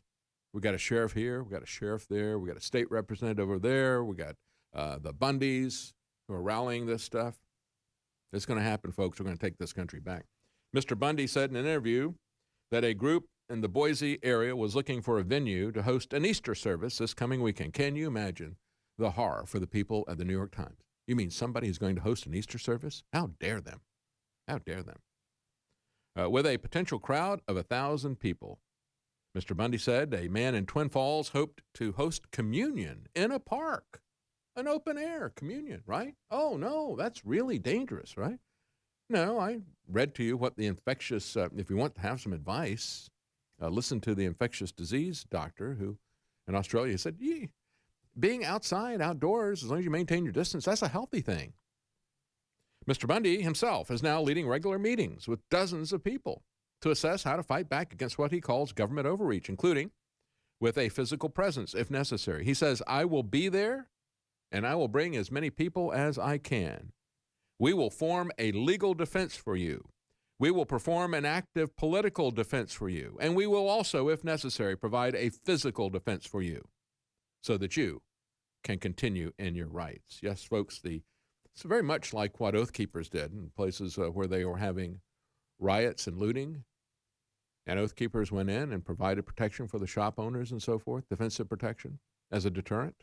And it is a deterrent if you see people up on the roof with guns pointed at you saying, don't loot this store. These are not the droids you're looking for. No Jedi mind tricks, just the right caliber. Yeah, that is, it's necessary because the government is the one that's doing the looting now. The government is the one that is lighting our house on fire. The federal government, and all the people down the pyramid chain of command that they imagine in their mind exist. It's not what's in the Constitution, but it is the power structure that they have envisioned. And if you want a glimpse of your dystopian police state future, as Michael Snyder pointed out, just take a look at Walmart. As a matter of fact, we've got video clip number 5. Let's play video clip number 5. You guys have that? Starting this weekend, Walmart stores nationwide will now allow no more than 5 customers for each 1,000 square feet inside the stores at any given time. That equals about 20% of a store's capacity. The move could increase wait times, 1,000 square, but that's for customers a lot more like than Katrina, 6 feet. it's worth the added safety. Walmart today was like really busy. The lines was really long. You know, not too frustrating. You know, they moved at a good pace, but like overall, I tried to get in and the hell up out of there. Other big box stores are also taking steps to keep customers and employees safe. BJ's Wholesale Club will also start to limit customers inside the store and have added things like cough guards and social distancing signage to encourage safety precautions. Yeah, that's Besides enough. Let's hold that because we've got to get a break. You know, when they talk about how Walmart is going to set up 1 person per 1,000 square feet, well, you know, that's significantly more than they need to do, isn't it? I mean, you know, if you got to get 6 foot distance between you and other people in 2 different directions, that's 36 square feet. They're going to 1,000 square feet. And I've seen this type of thing being done at grocery stores, at Costco and so forth. And we see the retailers who have engaged in this. And, you know, it's interesting. It's always the big chains, the big boxes that are doing this. That's one of the reasons why they're shutting down the mom and pops, because these people will partner with the federal government. They know that they will get bailouts and they will get preference over the small businesses. That's why they do this type of thing. Folks, take a look at the products at InfoWarsStore.com. I was talking about vitamin D3, which is now back in stock, Winter Sun. Very, very effective at helping your immune system. As a matter of fact, autoimmune diseases are always linked to vitamin D deficiencies, as the NIH has said. So it helps to alleviate those conditions. You can get it 50% off at InfoWarsStore.com. Welcome back. You know, we reported last week, and Kellen McBreen did a story about it. We talked about what was happening down in Bastrop County, a county that is, I think it's adjacent to Austin and Travis County. A judge down there, Bastrop County judge, put out an order, and it was particularly petty and tyrannical and dictatorial in its tone and nature and its prohibitions and so forth. And when Governor Abbott overruled these same types of laws in San Antonio and Houston, saying you can't go to church, it's not essential, we're going to shut you down if you have a church meeting, and various other things. Governor Abbott came back and he said, no, we think that churches are essential. People can exercise common sense. They can exercise social distancing. They can do it safely. We're not going to just do a blanket order to shut down churches. And so he shut them down. And so Kellen forwarded this to this petty judge, Paul Pape, I think is the way he pronounced his name, in Bastrop. And he wrote to him, he said, Abbott overrides your unconstitutional order shutting down churches. Thank God for a real leader. Can't wait to vote you out. And then the judge replied. Let me read you the reply. Kellen, I don't believe we have met. Perhaps someday. Have you read my order? Lay them side by side, and you'll see that mine and the governor's are identical on churches. My order certainly does not do what you claim. No, actually, I read the order on air, and I think Kellen said he linked my report, my on-air report, to this guy as well. No, it actually specifically mentioned churches. Said there will be no worship services, there'll be no funerals, there will be no weddings. No, nothing. Oh, and by the way, you make sure that, you do this on video. But if you do video, you better make sure that there's no more than 10 people there filming whatever it is that you're pumping out to other people, or we're going to shut you down. And so Kellen replied and said, sorry if you were offended by my opinion. No, Governor Abbott recognizes that worship services are and religious services conducted in churches, quote, and he quoted from Governor Abbott's order. Governor Abbott says, quote, religious services conducted in churches, congregations, houses of worship, unquote, are, quote, essential services. You, however, won't allow more than 10 together in church, and you say that you allow, quote, unquote, us to convene using video or drive-in services. Abbott doesn't say anything about that. Abbott isn't forcing businesses to check the health of their employees before each shift. That was another part of the executive order of Paul Pape. Grandpape, I guess. Maybe that's what we should, he's not the Grand Poobah of Bastrop County, Grandpape. He actually went in, it got even more petty than just saying you can't have any church services or funerals or weddings or that kind of stuff. He went in and actually said, if your business is open, you're going to have somebody check all the employees at each shift, test their temperature or something like that. And you are going to have to keep records of that, and we'll come by with some kind of health inspector to make sure you're doing that. So you're going to have some medical personnel there that you're going to have to hire in order to stay open.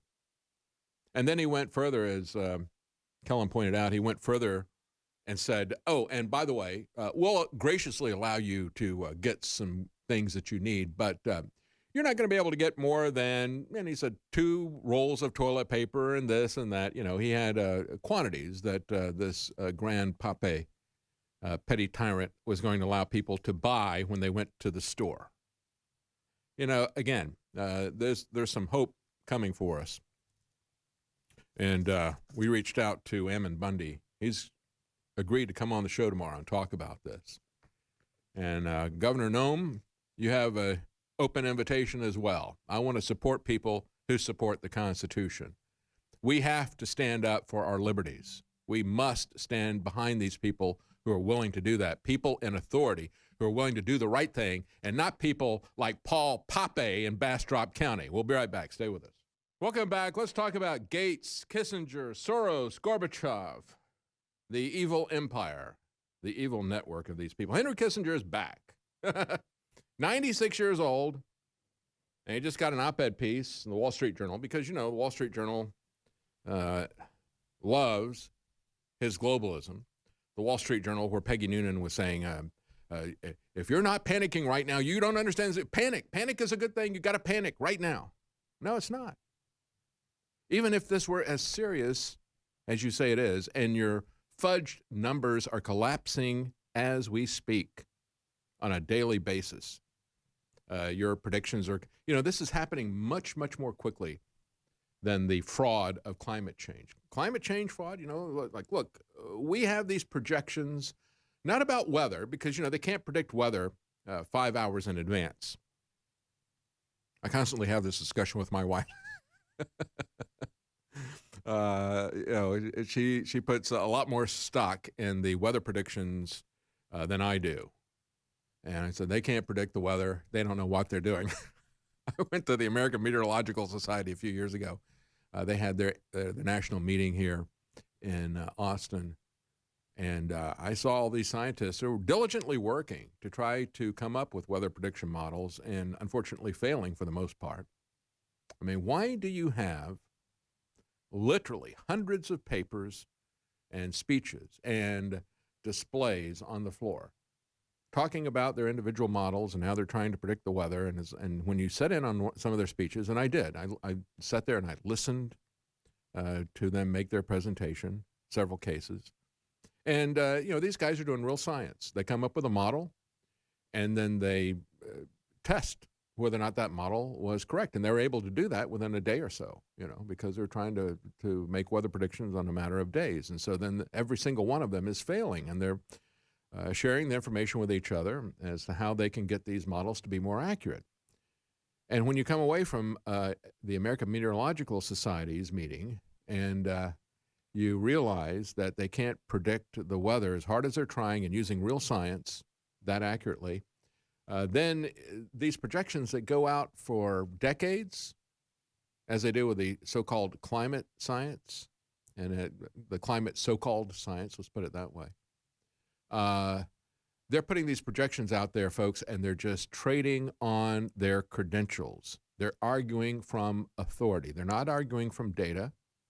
They're not arguing about the correctness of their models. They haven't tested their models because the models take decades to look at. But we've now had decades. And we've seen these people go from global cooling to global warming to just to climate change and so forth. We've seen their models about melting ice caps and so forth all fail. And so, we've had situations where Al Gore 20 years ago was telling us, by 5 years ago, all of the polar ice caps are going to be melted and so forth. So that narrative has failed. And now we've got this, but that was moving very slowly. Now, all of those same things and those same kind of restructuring of our society under an authoritarian, centrally planned government that is pushing out forced austerity. You can't live like this. You can't live in a house like that. You can't have a car like that. You can't eat meat like that. You're going to destroy the planet. You can't even breathe, right? You can't excel. That's carbon dioxide. That's evil. All of these pronouncements, they're now being ushered in by coronavirus orders because we're all going to die. And this all came on us very, very quickly. And it's all the same stuff we saw, an exponential curve that we've got to all tremble in fear before. And the problem for them is that, again, this all eventually gets shown to be garbage, a fantasy, bad models, bad data, bad conclusions. And so they've got to start rolling out the big guns to try to pull this thing in. And so, Wall Street Journal is having Peggy Noonan tell everybody to continue to panic. You got to panic. If you're not panicking, you're not doing this right. You got Henry Kissinger writing an op-ed piece that he entitles "The Coronavirus Pandemic Will Forever Alter the World Order." And in this, he tells everybody that we have to protect the liberal world order. And not even the U.S., he says, can in a purely national effort overcome the virus. And so it has to be an international effort, right? That's the conclusion. It calls this is a call for globalism, and we should react exactly the same way that China did. We should do exactly what China did. He writes, when the COVID-19 panic is over, many country institutions will be perceived as having failed, right? And it's going to be a post-coronavirus order, as he calls it. He says, no country, not even the U.S., can, with a purely national effort, overcome the virus. Addressing the necessities of the moment must ultimately be coupled with global collaborative vision and a program. And so he talks about setting up a Marshall Plan. Now, they spell it like, remember the Marshall Plan at the end of World War II? General George Marshall, Lend-Lease, not Lend-Lease, that was the beginning of the war, but basically giving them money to rebuild their society, the Marshall Plan. That's spelled M-A-R-S-H-A-L-L. That was his name. But no, I think really what Henry Kissinger meant to write was M-A-R-T-I-A-L, that kind of martial law plan. Kissinger says, in the past, of course, he said, power is the ultimate aphrodisiac. Just like Mao said, power comes out of the barrel of a gun. And these guys love power. He has 3 proposals in his op-ed piece. First of all, it's health, right? America must shore up the global resilience to infectious disease. How? Well, we've got to have technologies for infection control and vaccines across large populations. This all comes down to vaccines. These all, the common The end game solution for all these people is that you got to take away all of your freedom. You got to take away your economic freedom as well as your civil liberties. They have to track you for your own good. And they have to set up world government because no other way can you handle any of this stuff. And you have to have vaccines. That's where these people always go. Bill Gates, of course, is talking about how he's going to spend billions. He's got a lot of different plans for vaccines. As a matter of fact, they're starting the first trials of one of these vaccines today. Remember, when we had swine flu, Fauci rushed that through in just 4 months.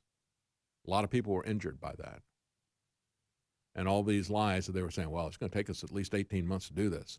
Well, it would take them 18 months to do it if they weren't to ignore all their own guidelines.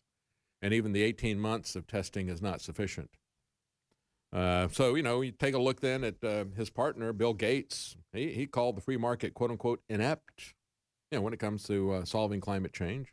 As New American points out, he was even inducted, Bill Gates, inducted into the Communist China's elite Chinese Academy of Engineering, and a big proponent of population control.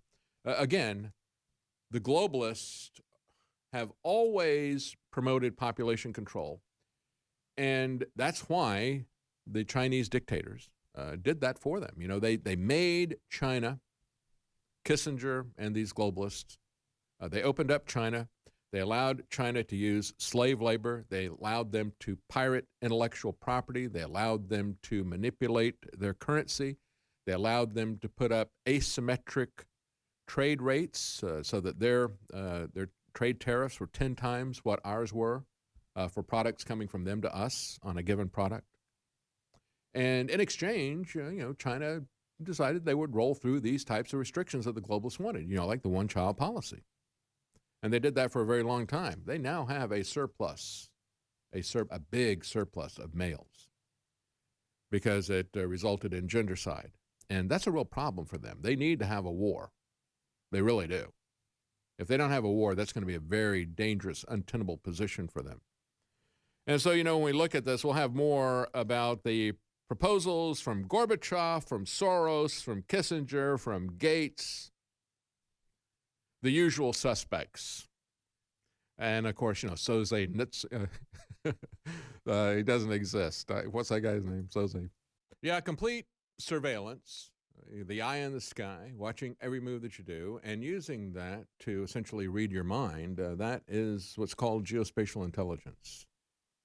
If they can be the eye in the sky, if they can have what Uber calls the God view, they go back and they look at where all their Uber vehicles are by tracking the apps and so forth, and they can see everything everywhere all at once. They call that the God view. And that's really what all of this tracking software that is being put in there is about. But, of course, Bill Gates takes it to a very, very personal level with the vaccine/tattoo, all in one, that he got the people at MIT to develop for him. And, when we look at the various steps that were outlined by Henry Kissinger before we move on to what's going on with the vaccines, again, Henry Kissinger, the first thing we have to do is we have to set up a global program to do vaccines across large populations globally. They need a global vaccine. They need a global government. They need a global military, and on and on. They were pushing all of this and getting you used to that under the climate change regime. But, of course, that was a BS narrative, and everybody could smell it. People are now, however, buying into all the different aspects of that because they truly are frightened and panicked. And that's exactly what Wall Street Journal and the mainstream media want to do to you. Again, crew reminded me it was Kaiser Soze from the usual suspects. But our usual suspects here, Henry Kissinger, Bill Gates, Mikhail Gorbachev, George Soros, all these people. Usual suspects and close friends with Fauci. He just seems to turn up all these different places, like Gump, Forrest Gump, Fauci is kind of the Forrest Gump of this crowd. These pictures are turning up with him all over the place. Funny how that works. Step 2, of course, is going to be throwing big wads of cash at the big businesses and big bankers like they did in 2008, that kind of corruption. And then the third step is to make sure, as Kissinger said, that we don't allow nationalism to thrive in this. We don't start enforcing borders. Because in Europe, the EU say, no. We're going to lock down the individual countries, but we're going to keep the borders completely open to immigrants, right? So you got to make sure you do that. Got to make sure that you can sell that doublethink to people. Yes, you've got to shut down everything within your country, but you don't need to shut down your borders. People can just flow in here.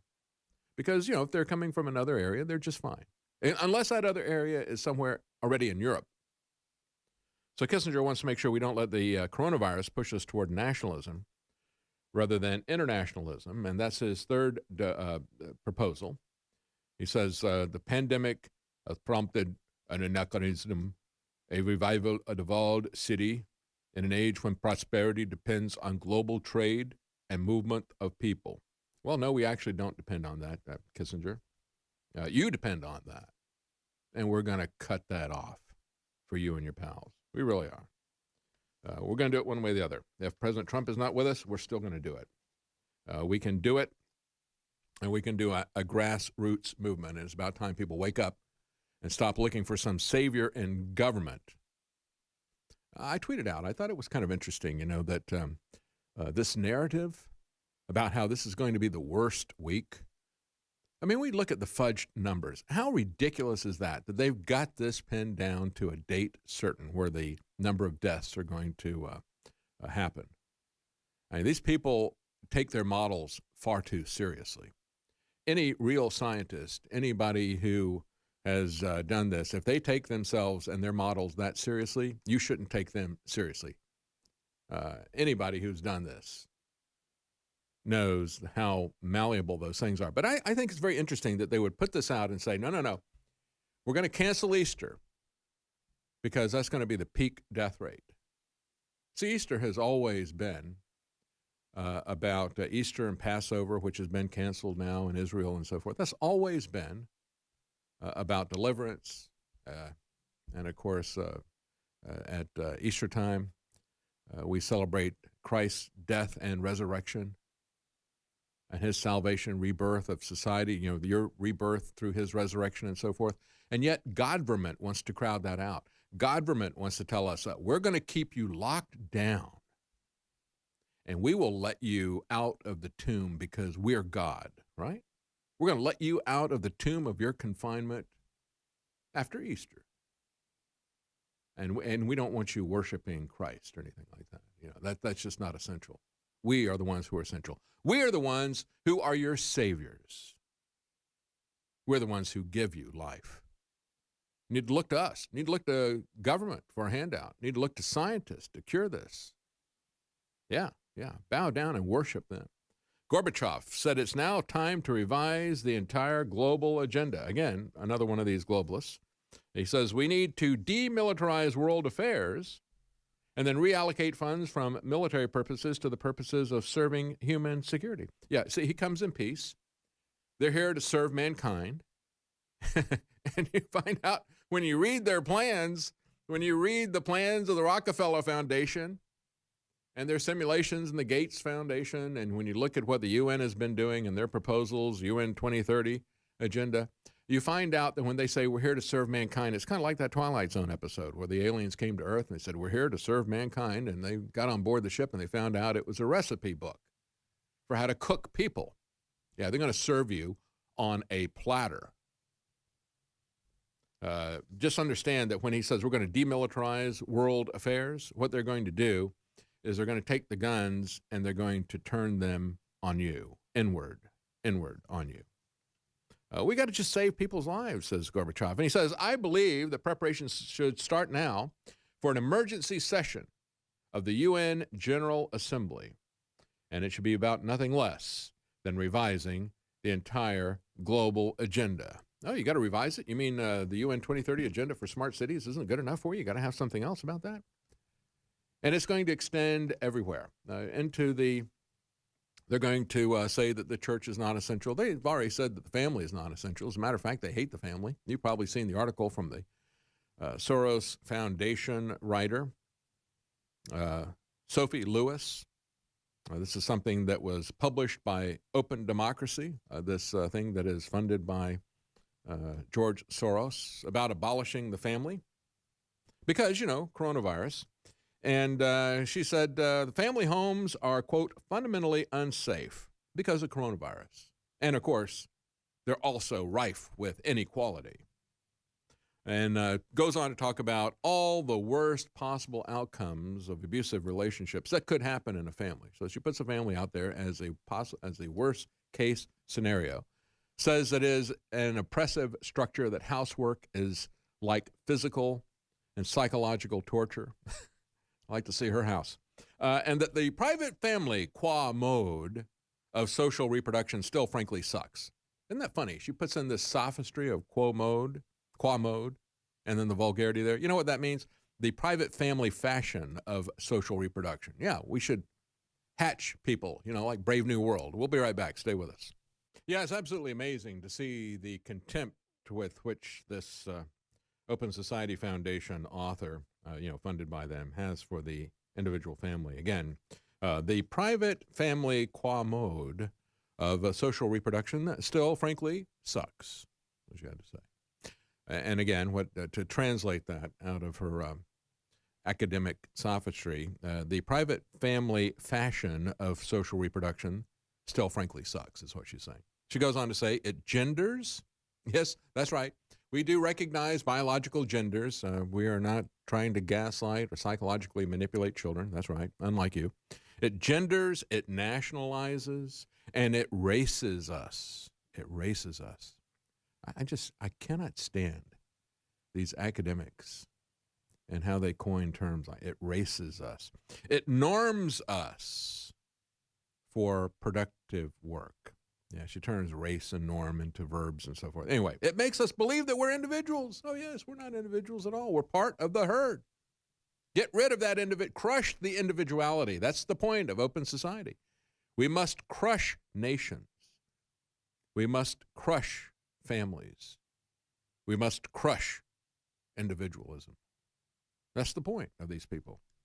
And that's really what is behind all this. And that's why it is so outrageous that this would be allowed to happen by President Trump. It's antithetical to everything that he said he was going to do. Antithetical to the Constitution. Antithetical to the Bill of Rights. Antithetical to our human rights and our individualism and our dignity and our nation, President Trump. You're allowing these people, these bureaucrats, to destroy this country. That is unforgivable. Meanwhile, George Soros is also funding the idea that we're going to have nationwide drop boxes, as if elections really do matter. They do at the local and state level. News Guard and Election Guard, I'll remind you, were created by Bill Gates, by DARPA. It's funny, I never see anybody else mention this. Nobody ever mentions that. Are they afraid of DARPA? I'm not afraid of DARPA. You should be concerned about what DARPA is funding, just like you should be concerned about the bioweapons. You should be concerned about DARPA. They've been funding the killer robots, the autonomous killer robots, the self-driving cars. They were the ones to first start pushing the idea of self-driving cars. They are the research and development arm of the New World Order. And so, Election Guard, that's going to make sure that, we have a legitimate election, just like News Guard is going to make sure you don't hear anybody other than those that have been given the blue check mark by Bill Gates and his DARPA-backed companies. But anyway, the idea that you're now going to have just drop boxes, you're not really going to have to have anybody check. It is a criminal offense. In North Carolina, we're told, that's just racist. You got to stop that. We cannot ask anybody for a photo ID. And I've given you the story about a friend of my brother-in-law's who went to North Carolina. All you have to do is just show up and give them a name and an address. You don't have to show them your driver's license that shows that you live there, or a photo ID, anything like that. And my brother-in-law's friend went up to vote, and they said, sorry, you've already voted. And he goes, what? And he said, yeah, and so has this other person, and they mentioned his long-deceased mother. She had already voted as well when he went on Election Day, because, North Carolina has some of the longest, I think it has the longest voting period of any state, because that was engineered by the Democrats. when they were in power. And so now George Soros is proposing drop boxes where there's not going to be anything at all in terms of ID. They claim, well, we'll have video cameras there. So what? You think that's going to validate anything at all? When I first saw this, I thought they're going to have nationwide drop boxes. You mean, is this kind of like what they do in the Chicago elections where they put the old mechanical voting machines in the back of a trunk and they drive it around? Come on over here. You want to vote? That's our motor voter program. No, that's just outright corruption, and it's corruption what he's proposing as well. It's already being done in California, Colorado, Oregon, and Washington. It's one of the reasons why they've got Democrats. And it is a pathway. I like this headline from the New American. Coronavirus as a gateway to, quote, global health governance. That says everything. That's absolutely right. That's what's happening. Article by William Jasper. I would just say, though, it's kind of a coronavirus as a Bill Gates way. Not just as a gateway, as a Bill Gates way to global health governance. That's really what's happening here. And understand that it is about population control. It is about using health pandemics and public health officials to subvert the rule of law, the Constitution, and national boundaries to enact a global structure, and then to also put in, of course, the ability to track and surveil everything that you do. Remember, we've talked about this multiple times. I'll just remind you again, the ID 2020 program that Bill Gates wants to have. And he'd already talked about how by 2020, he wants to be able to, track everybody. Make sure you've had all your shots. It's for your own good. I'm from the government. I'm here to help you. Except he never ran for office, never did anything. He just bought offices. He bought politicians. He didn't become one. Eventually, he said, we'll have to have some digital certificates to show who has recovered, who's been tested recently, and when we have a vaccine, who has received it. Pointed this out from the very beginning. And he funded at MIT and Rice University the quantum dot tattoos, which basically would be your vaccine would produce a tattoo on your skin. But don't worry, you won't see it unless you've got a special light and a special app on your phone, for the police state. And, of course, they're in alliance with the global vaccine people, the UN, the Rockefeller Foundation, and they are producing at least 7 potential vaccines. Gates says that at most, his foundation would end up picking 2 out of the 7 vaccines and just throw the rest of them away, because they'll find which ones they like. It won't be your choice. It'll be Bill Gates' choice. I mean, think about that. Not only are you going to be mandated to have a vaccine, but, he's going to fund several of them, and then he will decide and then throw away the other ones. So he will pick the vaccine that you're going to be forced to take. That's The Hill. The Hill is reporting that. It is political, isn't it? Healthy volunteers in Philadelphia and Kansas City, Missouri will begin testing an experimental coronavirus vaccine today. They're going to get it. The first patient's going to get it today. And it's from Inovio. And, the interesting thing about this is that when they had the Ebola pandemic, they were saying, we can't test the vaccine for Ebola on humans because you can't give somebody Ebola. That would violate the Nuremberg rules, right? And, of course, you can't do that. And you can't run a test where you've got, we got all these people and we've given them Ebola. And then we've got 2 control groups over here. One of them, we give a placebo like we did with the Tuskegee syphilis experiments. That's your CDC at work there. You can't do that now with Ebola. It's even worse than, that was horrific what they did with the Tuskegee stuff. But Ebola, 80% of the people die. So they say, we can't do that. So what does it tell you when they're asking for volunteers for coronavirus? Does it tell you that it's not nearly as dangerous as Ebola? Does it then get you to ask the question, why did we not shut down the entire world economy because of Ebola? You should be asking these questions. Meanwhile, Taiwan is tracking 55,000 people under home quarantine in real time. And, of course, the smartphone will be the method by which they lock you and track you everywhere. I've pointed out many times as it came out of the Ed Snowden documents. It was reported by Der Spiegel in Germany, but for some reason, Americans didn't really pick up on it.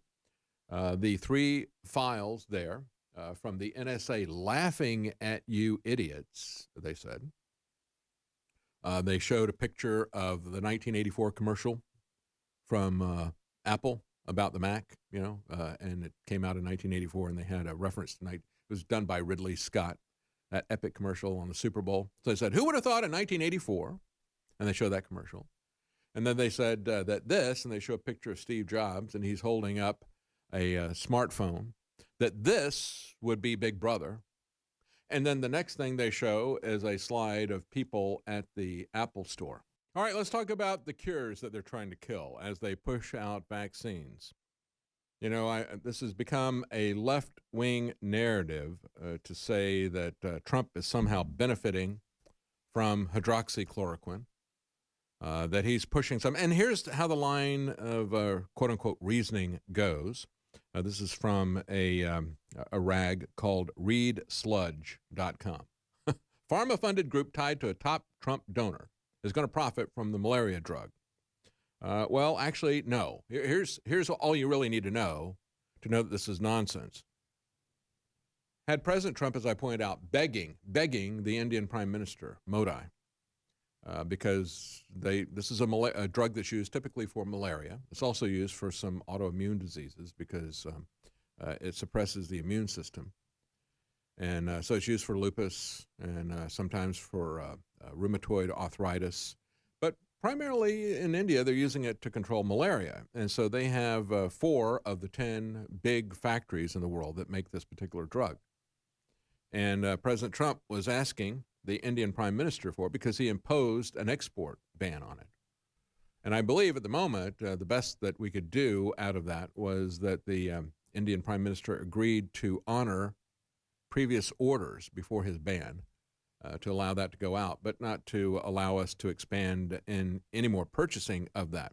And so when you look at this, my position on this is that President Trump ought to be much more aggressive. He should have been much more assertive. Instead of just name-dropping hydroxychloroquine, he should have said, no, we've got stuff out here.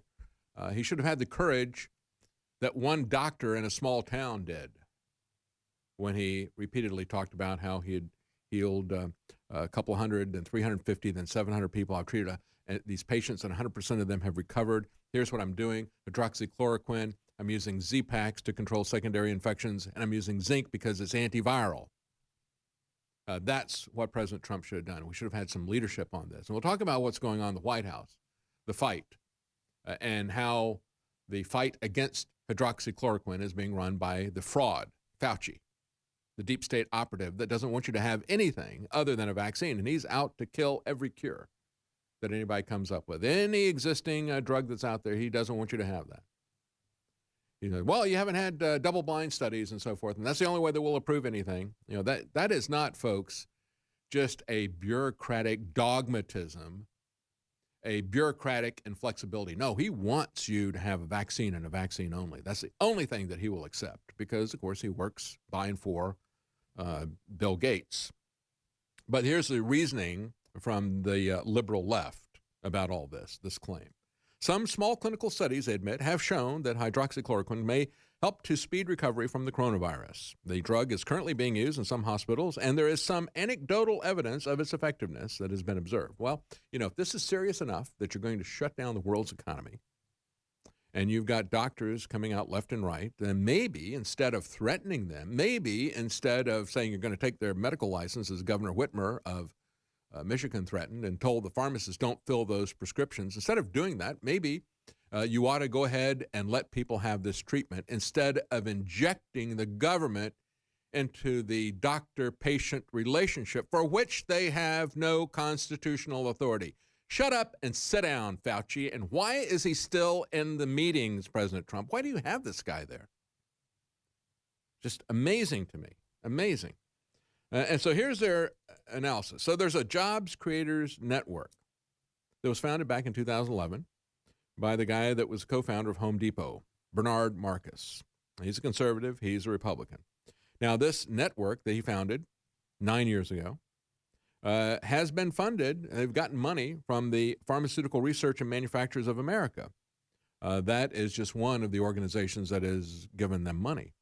And so based on that, And then based on the fact that Novartis, Teva, and Bayer have all committed to providing millions of doses of hydroxychloroquine for clinical testing, and these companies potentially stand to profit if the drug becomes adopted as a common coronavirus treatment. So based on that, this is obvious corruption for this guy. No, the reality is that, there's Big Pharma gives money into this. So do a lot of other industries. But, maybe you ought to take a look at those news organizations that you trust so much.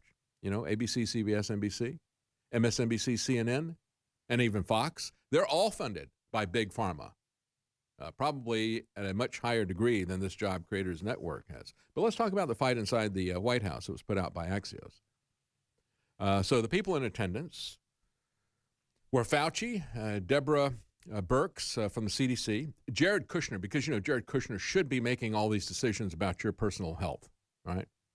And how to fight coronavirus, because he's a doctor. No, I'm sorry, he's not.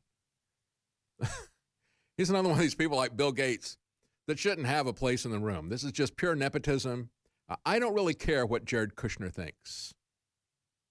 Just amazing. Homeland Security, Chad Wolf, and the commissioner of the FDA, Stephen Hahn. And then, of course, there was also Peter Navarro. And Peter Navarro wound up fighting all these guys. Because he was pushing for us to have the free choice to decide in a doctor-patient relationship whether or not we're going to take this treatment. So the FDA guy, Hahn, began a discussion of the malaria drug hydroxychloroquine, according to Axios, which Trump believes could be a, quote, game changer against the coronavirus. Then Navarro got up, and the first words out of his mouth are that the studies that he's seen, I believe they're mostly overseas, show, quote, clear therapeutic efficacy, said a source familiar with the conversation. Those are the exact words out of his mouth. Can you imagine that? Yeah, we've seen that works. It works. Navarro's comments set off a heated exchange with Fauci and other public health officials who stressed that these things are unproven to their satisfaction. Fauci said there's only anecdotal evidence that it works. Navarro comes back and said, well, we got studies out of France, out of China, and I think also South Korea. And you might also want to take a look at what this doctor did in New York, Zelenko. Navarro has been trying to source hydroxychloroquine from around the world. He's also been trying to ensure there's enough domestic production capabilities inside the U.S. See, that's the problem. President Trump should just said, we're going to let people do this from get-go. Get out of the way, FDA. You don't even have constitutional authority. That's what he should have said. He should have said, shut up, Whitmer. You threatened to take physicians' licenses. You interject yourself in that. You need to be impeached. He should have led the lead to impeach her. He should have taken the high ground. He shouldn't have been timid about this. And Fauci's mention of anecdotal evidence, they said, just set off Peter Navarro. Navarro said to Fauci, that's science, not anecdote. It's evidentiary. No, this guy just wants a vaccine, as I said. Navarro started raising his voice. You were the one who early on objected to travel restrictions with China. That's right, even though Axios says that's wrong. It was the World Health Organization and others, that corrupt politician at the World Health Organization that Fauci vouches for. He was the one saying, this is not contagious. See, China's told us so. We don't need to do anything about that. And so, it was early on that he did that. At which point, Kushner says, Peter, just take yes for an answer. And the principals agreed the administration's public stance should be that the decision to use the drug is between doctors and patients. Well, isn't that nice? Isn't that nice? Tell that to Whitmer, tell that to the FDA. And now we've got a Democrat lawmaker who wants to prosecute President Trump for crimes against humanity. I suggest that you ought to prosecute Whitmer for crimes against the Constitution, for being accessory to murder when she stops doctors from being able to put out an approved treatment, and then turning around and then demanding after it is approved by the FDA, then you've got to get more of that to me. I mean, it's just so pathetic. Yeah, we're all socialists now, aren't we? Look, folks, if you want to strengthen your immune system, there are certain things that you can do. And we've got a lot of products at InfoWarsStore.com, vitamins, minerals. We've now got D3, our winter sun, is now back in stock. It's 50% off. And even Fauci's NIH could not go so far. A lot of other people say that vitamin D3 is essential in a lot of other ways that the NIH or the FDA will not admit to. But even the NIH says, look, we've looked at people who have autoimmune disease we have seen that they have a deficiency of vitamin D3. And we've seen that if we supplement the D3, that it lessens the pain and the symptoms of these autoimmune disease. So understand that there are things that you can do to help to strengthen your immune system. And that if you have deficiencies in certain nutrients because of your diet or because you're, maybe, I don't know, staying at home, not in the sun, locked up, not getting any sunshine, not getting any vitamin D. Maybe we should call this the shelter at home sun. Winter Sun, 50% off at InfoWarsStore.com. That's it for today's broadcast. And, it's not just judicial tyranny. We've got to stop the medical tyranny as well, don't we? Decoding the mainstream propaganda. It's the David Knight Show. This ad will only run for a couple days because it's about to sell out. I noticed, hey, we had a lot of Prostagard. People love it. We've got a lot of it. Why is it suddenly almost sold out? And I went, oh my gosh, it's an incredible formula, not just for the prostate, the saw palmetto that's on record for helping that. It's got everything, vitamin D, a big dose of that, a big dose of zinc, a big dose of selenium, copper, chromium, and a bunch of other stuff. This is the perfect formula for what's going on right now. And it's about to sell out at InfoWarsStore.com, and I want you to have it so that after all this craziness passes, it becomes a normal regimen in your life, because this is something, in my view, you need every day. Get it right now, Prostagard at InfoWarsStore.com, and whatever you do, please warn others that Mother Nature has given us a lot of things that really help boost our overall health and wellness.